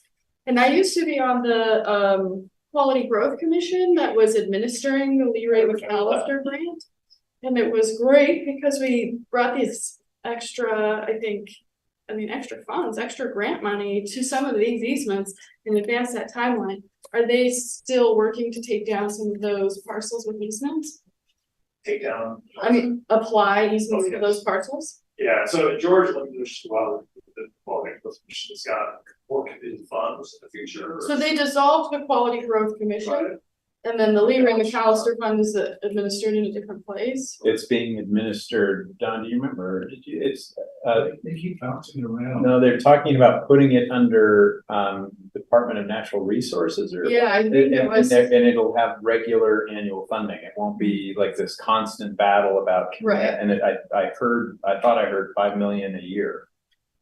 Yeah, I just wondered where it was administered, but are they still participating? Is TNT pulling on that? I assume. Okay. Yeah, so I think that's sort of their go-to for the first place for funding. We seek other places out here. It tends to be the biggest. We haven't had a lot of luck getting federal funds through the Department of Agriculture. Sean, I'm curious, out of all, I love how much land you've saved. I'm wondering how much of it is currently being farmed. Yeah, by farming, I guess, when I'm thinking about it, a lot of it's being used as pasture. Right? The Disdains, they are ranching actively, they grow hay. Some of the other properties are more, I would say, recreational, often in their usage. But my perspective is I'm interested in protecting farmland for the long term. What could be done, right. It's more interesting than what's actually being done. Once farmland is built upon, it's pretty much Okay, so so I see it as sort of an agricultural reserve, such as open space. gotcha. Okay, so in that vein, what you say agriculture, you say recreational. So are there thoughts to put trails through that land?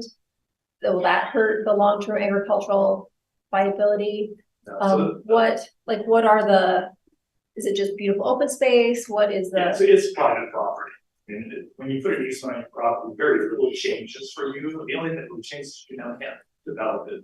Is what it comes down to. Okay. You use the land as you always did. You still restrict access to other people. It doesn't change. I mean, if someone wanted to, they could put trails on their own land and invite the public to walk. Gotcha. Okay. But yeah, for the most part, they can use the land as they want to. So what about when these people die? Yeah, the conservation easement runs forever. Okay. So But if they die, it'll pass to their heirs, or they can sell the property. So it's privately owned forever. Yeah, but whoever buys the property buys it with the knowledge that there's an easement that they can't subdivide and develop it. Great, So thank they you. are sort of permanent protections on the land. Excellent. Councilor Fillmore. Since we're ahead of time, I want to raise a larger question. It's kind of a philosophical question. I'd like to direct one at George, because you've been our leading advocate for conservation easements for a long time. As a general rule, I like conservation easements. I love green space. I'm in favor of that. I think it's a good thing, but I don't think it's an unalloyed good. It comes with a price, right? We have a certain dilemma we face in Provo, certain tension. We're being pushed from all quarters in the city, state legislature to pursue affordable housing. Okay, we're being pushed, got to do more ADUs, got to do this, got to do that. And what we're doing at the same time, we're under that pressure is we're taking potential development off the table, right? And so typically in Provo, we tried to find a reasonable balance. And so I look at that map and I say, good grief, we're taking the whole west side off the development table.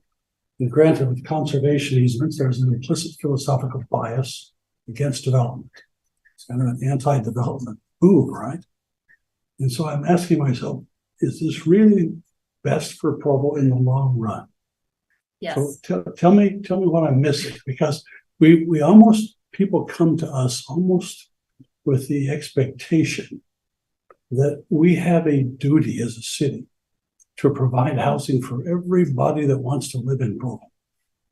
And so we've got all this pressure to do affordable housing, yet we're taking hundreds of acres off the table, which could potentially be developed in ways that find a balance between residential opportunities and green space and recreation This is a wholesale reservation, taking property off the table for any of that. Tell me what I'm missing. Well, I think if we looked at the entire West Side plan, it would be hard to say that open space is getting the higher priority. Call it Northwest. Well, but that's important, right? Because this, if you look at the entire West Side, we've got that plan that already designates the areas that we have, or previous councils and citizens have deemed desirable for development. This area has never been deemed desirable for development, and moreover, it's mostly in county property, and that the Despain, the river delta is it's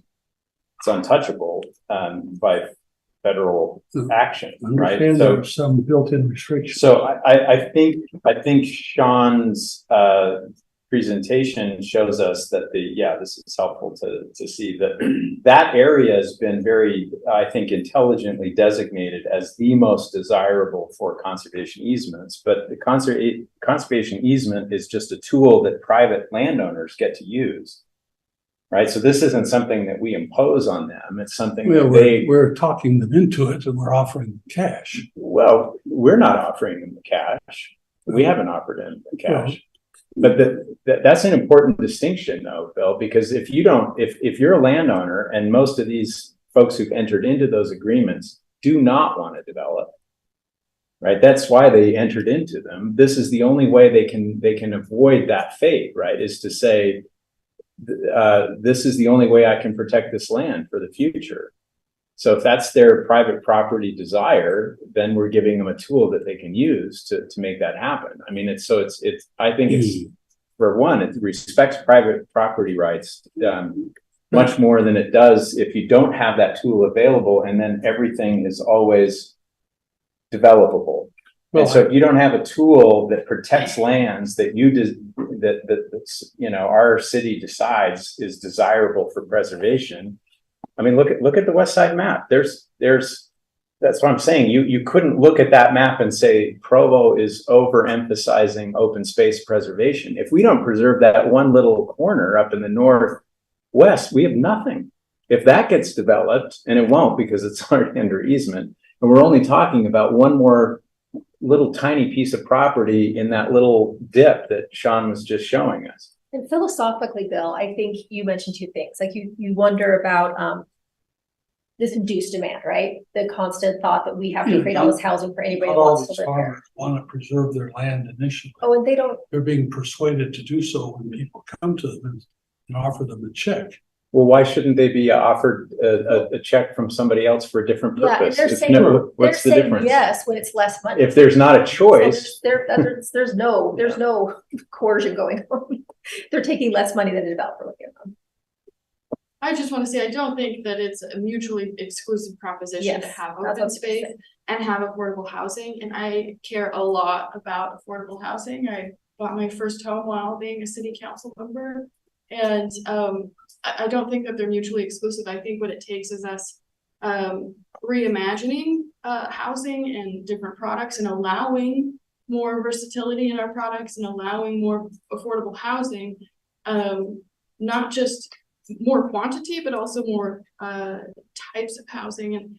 And I think that's something we've struggled to do. I've seen many simple projects that have been denied or got hung up because they had nothing to do with open space, but they still were controversial because of housing. So I don't think we need to conflate those two issues.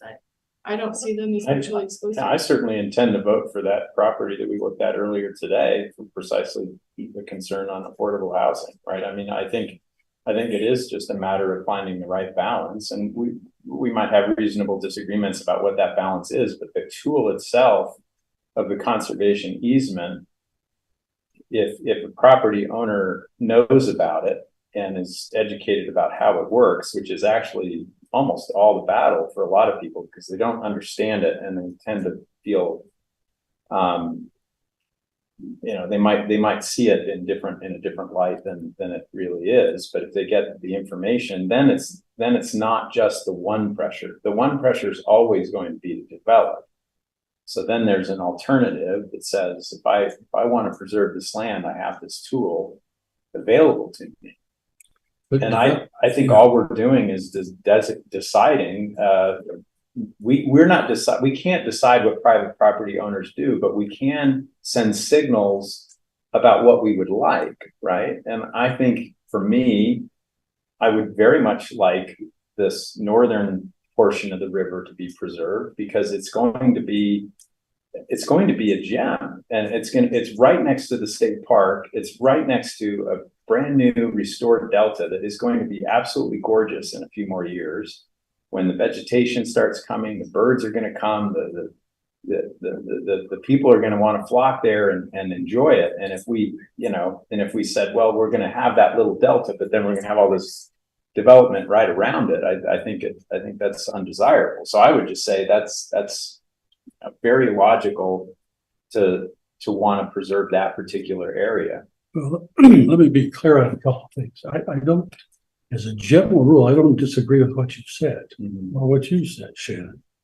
The problem I see is that with this continual pressure to add residential options in Provo, and that's one of the last areas we've got to do anything with that. And so the word you mentioned is key, and that's balance. I think it can and should be a beautiful area around the Delta. And heaven knows, I mean, you're where I want to fix up the marina and everything having to do with the river. But the problem is the pressure on development is contingent. The conservation issue is permanent once it's done. Right? What? Yeah. They both are permanent. Once If the you open build- space is gone. Well, no, Never, no, Sean I said, mean, you lose I that mean, open the space forever. opportunity for development is contingent. Once you take that off the table, that's that. No, not necessarily, because you can densify in other parts of the city, right? No, I'm talking about the land that's under a conservation easement. Once that's there, that's permanent, right? And no matter how badly a council in 20, 30 years may want to do something creative with that land, that's gone. Right? But don't you balance that in your mind against the idea that once it's gone as open space, it's never coming back? And so how do you, as a city, decide if you don't have any protections against that, you will eventually develop everything. And if that's what you want as a city, then you say, we don't want to give the option of conservation easement to anybody because we think that at some point it will be desirable that every square inch of the city is developed. No. You misunderstood. I told you I like conservation easements to a point. It looks like we're just blanketing that entire northwest section of town. But it's just a teeny little part. It's not teeny. If you look at the general plan map, it is relatively small to the whole area of Provo, and it's small relative to the area that's not yet been developed. I mean, look at all that yellow. Oh, Sean has a thought. Just a quick comment. I mean, I agree. We have pressures. We do need housing. But what Shannon says is really important here. We could, right, open up all that land for development. We build single family homes from the mountains to the sea, lake in this case. Don't say river to the sea. We have solved the problem. But still need more housing. And so if we can't think in creative ways of creating more housing in Provo without using green space, then we're never going to solve the problem. So I think there is this balance. For me, this is a small chunk of land that serves other purposes, both residential and commercial. We've got a lot of land in Provo. We can use it in much better ways to house our residents. And single family housing, already it's not going to solve that problem. Well, thank you, Sean. Can you quantify for me how many acres of land we currently have under conservation easements in that northwest sector? Yeah. Just roughly. You want to include the river delta? Yeah, sure. Sure. So it's 500. We'll stay south of Orem. So you're looking at 600 acres or so. All the areas that are currently under easement, 600 plus. A little bit less probably currently if you add all those that we want to add. Okay. And how many additional acres do you aspire to put under easement? Yeah, just those key properties you see there. So Another 100 or so? You know what, Bill? How do you feel about us closing the meeting and then we can talk to Sean as long as we want?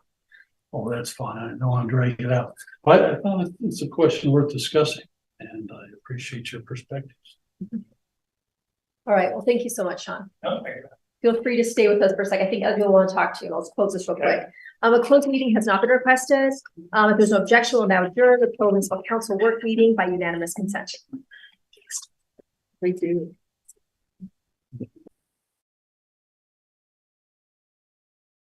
Recording stopped.